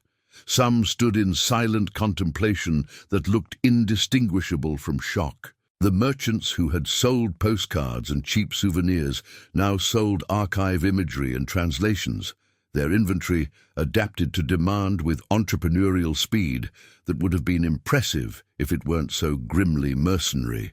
Layla had been released from detention 3 months earlier. Her charges dropped under pressure from scientific communities worldwide, who argued that prosecuting the person most qualified to decode the archive was self-defeating stupidity that humanity couldn't afford with the fleet approaching. The legal justifications were hastily constructed and internationally coordinated, governments deciding simultaneously that her criminal status was less important than her expertise. She walked out of the secure research facility that had been her prison to find media crews camped outside, their cameras tracking her emergence with the intensity usually reserved for celebrities or war criminals. Job offers flooded in immediately. Every major institution that had once rejected her, Cairo University, Harvard, Oxford, the Smithsonian, extended positions with salaries and research budgets that would have made her 25-year-old self weep with vindication. Department chairs who had dismissed her dissertation as pseudo-scientific fantasy now called personally to apologize for their unfortunate misunderstanding and offer tenure-track appointments with minimal teaching obligations. The same journals that had rejected her papers for 15 years now requested exclusive submissions, offering front-page placement and peer review processes that would be appropriately expedited given the urgency of the situation. She refused them all, not out of bitterness, though there was some satisfaction in declining institutions that had exiled her when refusal would have cost her nothing, but because accepting would mean returning to a system whose validation she no longer needed or particularly wanted. Instead, she accepted leadership of the international team preparing humanity's response to the Anunnaki return, a position cobbled together by UN bureaucrats working with funding from 17 nations and staffed by researchers from disciplines that hadn't existed 6 months ago. The work was impossible, the timeline absurd, the expectations unreasonable. It was exactly what she needed. Her outcast status, once a source of shame she carried like scar tissue, became legendary in ways that felt both gratifying and uncomfortable. The woman who risked everything to reveal the truth. The prophet dismissed by mainstream science who turned out to be right about humanity's origins. The conspiracy theorist vindicated by cosmic revelation. Journalists wrote profiles painting her as a heroic truth-seeker. Critics wrote op-eds arguing she was a reckless zealot who had destabilized civilization for personal glory. Both narratives felt like caricatures of someone she didn't quite recognize as herself. The UN General Assembly chamber was packed when Layla stood at the podium to present the latest decoded sections of the archive. Delegates from every member nation occupied their assigned seats, their translators working in languages from every continent, while Layla spoke in English, that simultaneous interpretation converted into the diplomatic lingua francas of international discourse. The chamber's architecture was designed to project authority and cooperation, but today it felt more like a classroom where the entire species had assembled to learn lessons that rewrote every textbook. Layla advanced through slides showing genetic markers in human DNA that confirmed Anunnaki manipulation with precision that made denial impossible for anyone engaging honestly with the data. She pointed to sequences that had troubled geneticists for decades, apparent design features in human chromosomes that didn't match evolutionary expectations, repair mechanisms too sophisticated for random mutation, code segments that looked suspiciously like they contained signatures or version control markers. The archive explained them all as intentional engineering, modifications made to optimize Homo sapiens for specific tasks, ranging from fine motor control for tool use to enhanced social cooperation for coordinating large-scale projects. She presented architectural principles extracted from the pyramid construction schematics, explaining acoustic levitation technology that could revolutionize how humanity built structures if the physics could be replicated with materials available in Earth's periodic table. Engineers in the audience took notes with expressions suggesting they were already running calculations about load-bearing capacities and frequency modulation requirements. Military observers watched with different calculations playing across their faces, wondering if acoustic weapons could be derived from construction technology and whether humanity would have time to militarize the principles before the fleet arrived. The linguistic structures took longer to explain, requiring Layla to walk the assembly through proto-cuneiform derivatives and communication protocols that suggested the Anunnaki used language in ways that encoded meaning across multiple dimensional layers simultaneously. Each symbol in their writing system wasn't just a sound or concept, but a compression algorithm containing contextual information, emotional valence, and temporal markers that humans would need entirely new cognitive frameworks to fully parse. The archive included what linguistics teams were calling a first contact primer, a structured introduction to Anunnaki communication designed for species encountering them for the first time. The fact that such a primer existed suggested the Anunnaki had made contact with multiple species, that humanity was not unique in being engineered or visited, that Earth was one project among potentially many in a portfolio of genetic interventions across the galaxy. World leaders listened with attention that would have been unthinkable 6 months ago, when Layla couldn't get academic conferences to accept her proposals. Delegates who represented populations of billions hung on her explanations of alien syntax and genetic engineering protocols. The President of the United States took notes. The Premier of China asked clarifying questions through his translator. The Prime Minister of India requested copies of the raw data for his country's research institutions. This was the vindication she had fantasized about during 15 years of exile, presenting forbidden knowledge to the world's most powerful assemblies and watching them accept it not with mockery, but with grave attention. Yet Layla felt no triumph. The satisfaction she had imagined, standing before people who had dismissed her and forcing them to acknowledge she had been right, tasted like ash in her mouth. Every decoded message from the archive brought new questions that erased whatever certainty the previous answers had provided. Every linguistic breakthrough revealed deeper layers of complexity that made humanity's preparation feel increasingly inadequate. Every genetic marker confirmed that humans were designed rather than evolved, which raised questions about free will, about consciousness, about whether self-awareness was an intentional feature or an emergent bug in workforce optimization programming. The Anunnaki had left humanity as a primitive workforce optimized for manual labor and basic tool use. What would they think of what their creation had become in the intervening millennia? Would they see art and literature and space stations as evidence of independence worth respecting, or as resources misallocated from productive labor? Would they view democracy and human rights as evolution beyond original parameters, or as dangerous delusions that needed correcting? The archive was silent on their values, their ethics, their criteria for judging whether an engineered species had succeeded or failed in development.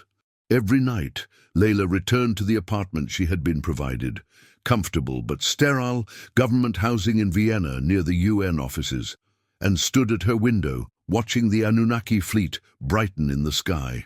3 points of light visible now, even in daylight, if you knew where to look, growing steadily larger as the vessels decelerated toward Earth with navigational precision that demonstrated technological sophistication humanity couldn't match. She wondered if she had made the right choice in the chamber beneath the Sphinx, whether releasing the archive had freed humanity or simply accelerated its confrontation with truths it wasn't psychologically equipped to process. Webb brought her coffee one morning in the secure conference room where she was reviewing new translations, his face carrying an expression she had learned to recognize as bearer of bad news. He sat down across from her without preamble, pushing a tablet across the table with the hesitant care of someone delivering a diagnosis they wished they could soften. "Coalition servers," he said quietly. "The ones seized during the arrests. Our forensics teams have been reconstructing deleted files, recovering suppressed research that Reeves and her superiors tried to destroy before they were taken into custody. Layla, there's something you need to see." She took the tablet and began reading. The files detailed suppression operations spanning 70 years, but beneath the familiar patterns of evidence confiscation and researcher intimidation was something else. A historical analysis that made her breath catch. Previous contact events, ancient Babylon, pre-dynastic Egypt, incidents where humans had learned their true origins from Anunnaki sources or through archaeological discoveries that preceded modern protocols for managing such revelations. Every civilization that learned the truth had destroyed itself within generations, not through external invasion or natural disaster, but through internal collapse as populations grappled with existential crises that fractured social cohesion beyond repair. Suicide rates spiked. Birth rates plummeted as people questioned whether creating more engineered beings was ethical. Religious institutions collapsed, taking with them the moral frameworks that had structured society. Political systems destabilized as the social contracts undergirding governance revealed themselves to be built on origin myths that were demonstrably false. Within a few generations, the civilizations simply ceased functioning. Their populations scattered or deceased, their achievements abandoned as their foundational narratives disintegrated. "They weren't just suppressing knowledge," Webb said, his voice carrying weight that made each word feel like a stone dropped into still water. "The Coalition, Reeves and her predecessors going back to the 1940s, they were preventing mass psychological breakdown based on historical precedent. Every civilization that learned humanity was engineered rather than divine or naturally evolved, experienced catastrophic social collapse. The Coalition believed, maybe correctly, that we weren't psychologically ready for the truth, that keeping us ignorant was protecting us from information that would cause civilizational suicide." Layla stared at the tablet, reading casualty estimates from ancient Babylon, where over half the population had died within 30 years of a contact event that revealed human origins.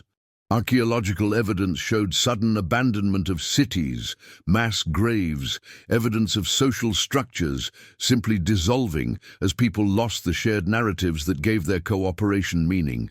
Pre-dynastic Egypt had experienced similar collapse, though the timeline was harder to verify. The pattern was consistent across the handful of documented incidents: revelation followed by existential crisis, followed by societal disintegration.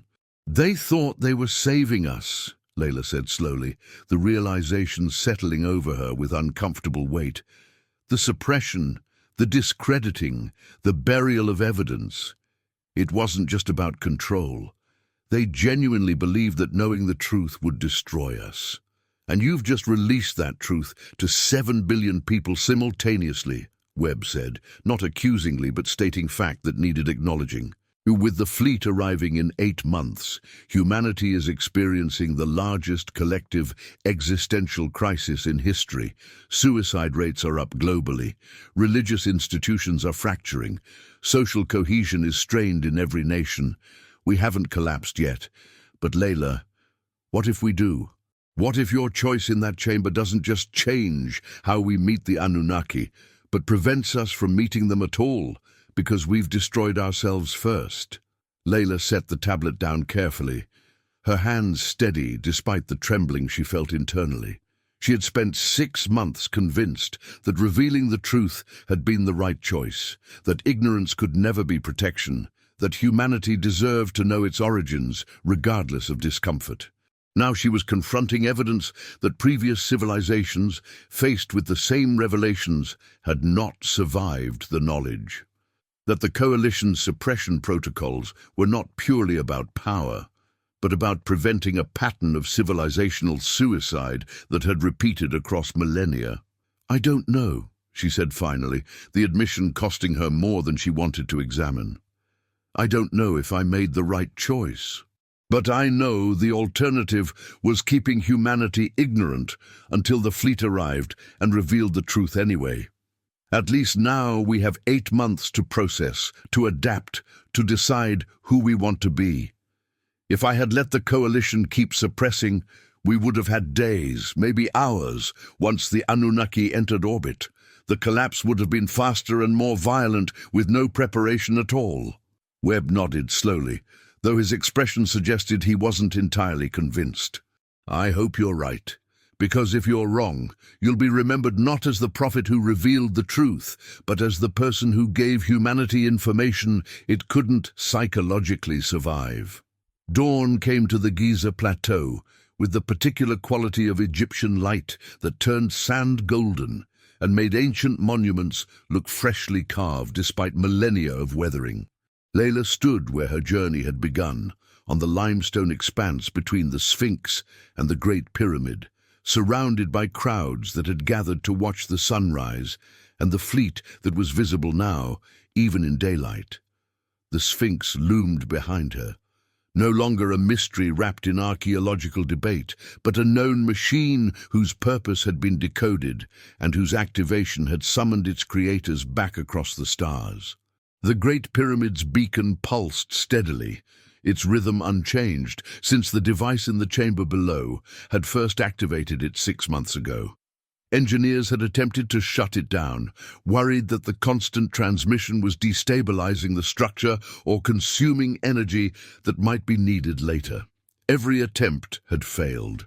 The technology was too sophisticated, too deeply integrated with the pyramid's architecture, protected by fail-safes that had been engineered to prevent interference. The beacon would continue transmitting until the Anunnaki arrived and either acknowledged the signal or shut it down themselves. In the sky, clearly visible even against the brightening blue of dawn, the Anunnaki fleet approached. 3 points of light that had grown from faint stars to objects bright enough to cast shadows at night, their deceleration pattern suggesting arrival within weeks rather than months. Observatories worldwide tracked them constantly, revising estimates daily as the vessels adjusted trajectory with precision that suggested either real-time observation of Earth or navigation algorithms sophisticated enough to calculate orbital insertion from light-years away. The fleet was slowing, entering the solar system's inner regions, passing Mars orbit on approach vectors that would bring them into Earth orbit in less than a month, according to the latest calculations. Crowds gathered daily at Giza, their numbers growing as arrival approached. Millions of people from every nation stood on sand that human feet had walked for thousands of years, watching the sky and waiting for reunion with beings who had left before the pyramids were built and were now returning to find their workforce had developed civilization. Some brought signs with messages ranging from welcome to warning to desperate pleas for mercy. Others simply stood in silent observation, bearing witness to history's pivot point with the gravity that moment demanded. A young archaeology student approached Layla through the crowd, her face carrying the particular mixture of awe and nervousness that Layla had come to recognize in people who wanted something from her but weren't sure how to ask. She was perhaps 22, her university identification lanyard visible against her jacket, her expression bright with the kind of intellectual curiosity that hadn't yet been worn down by professional disappointment or institutional betrayal. "Dr. Hassan," the student said, her voice tentative, "I'm sorry to disturb you, but I'm writing my thesis on the archive and everyone is wondering, do you regret it? Releasing everything? The chaos, the fear, the way the world has been turned upside down?" Layla considered the question, really considered it rather than offering the rehearsed response she had given to journalists and politicians. She thought about the chaos, economic instability, religious fragmentation, the suicide rates that Webb had mentioned, the civilizations that had collapsed when faced with similar revelations. She thought about letters from parents who couldn't explain to their children why knowing humanity was designed made life feel less meaningful. She thought about violence erupting as theological certainties dissolved. She thought about the coalition's files showing that previous contact events had ended in civilizational destruction. Then she looked at the student's face, at the curiosity and wonder that still burned there despite everything. At the intelligence that wanted to understand rather than retreat into comfortable ignorance, at the resilience that had brought her to the Giza Plateau at dawn to ask questions instead of hiding from answers. "No," Layla said finally, the word carrying conviction that surprised her with its certainty. "I don't regret it. Ignorance was never protection, only postponement. The coalition thought they were saving us by keeping us in the dark, and maybe previous civilizations couldn't handle the truth. But we're not those civilizations. We have global communication, scientific literacy, frameworks for processing information that ancient Babylon and pre-dynastic Egypt didn't possess. We have 8 months to adapt instead of discovering the truth the moment the Anunnaki arrive. And most importantly," she gestured at the student, at the crowds gathering around them, at the people who had come to witness rather than flee, "we have people like you, people who respond to shattering revelations with curiosity rather than just fear, who ask questions instead of demanding comfortable lies. Only truth can prepare us for what comes next, even if that truth is uncomfortable. Especially if it's uncomfortable." The student nodded slowly, her expression shifting from nervous questioning to something approaching determination. "Thank you," she said quietly, "for what you did, for refusing to let them keep us ignorant. My grandmother says you're either the bravest person alive or the most reckless, and she can't decide which." "I think maybe you're both," Layla smiled despite herself, despite the weight of everything the question had made her confront. "Tell your grandmother she's probably right, and tell her that in a month when they arrive, we'll find out together whether bravery or recklessness was the right choice. Either way, we'll face them knowing where we came from." The fleet drew closer, 3 points of light brightening against the dawn sky. Humanity held its collective breath, waiting for reunion with creators who had departed before recorded history and were returning to find their workforce had built cities and written symphonies and split atoms. Whether they would view those achievements as impressive evolution or as resources misallocated from intended purpose remained unknown. Whether they came as liberators offering knowledge or as masters reclaiming property would be answered soon. Dr. Layla Hassan, once dismissed as a conspiracy theorist whose career had been destroyed for asking forbidden questions, had become the reluctant prophet of a new age. The threshold between humanity's engineered past and its uncertain, self-determined future. The woman who had refused to let the world hide from its origins, even when hiding might have been safer. She stood on the Giza plateau, watching the approaching fleet, aware that history would judge her choice harshly or heroically, depending on what happened when the Anunnaki arrived. But standing there in the Egyptian dawn, surrounded by millions who had come to witness what she had made inevitable, Layla felt something that 6 months of chaos and consequence hadn't eroded, the conviction that truth, however uncomfortable, was always preferable to ignorance. That humanity deserved to meet its creators as an informed species rather than as a workforce unaware of its own design. That the only way forward was through knowledge, not around it. The beacon pulsed. The fleet approached. And the world waited to discover whether the woman who had opened the door humanity could never close had saved them or doomed them, or simply changed them in ways that wouldn't be understood for generations.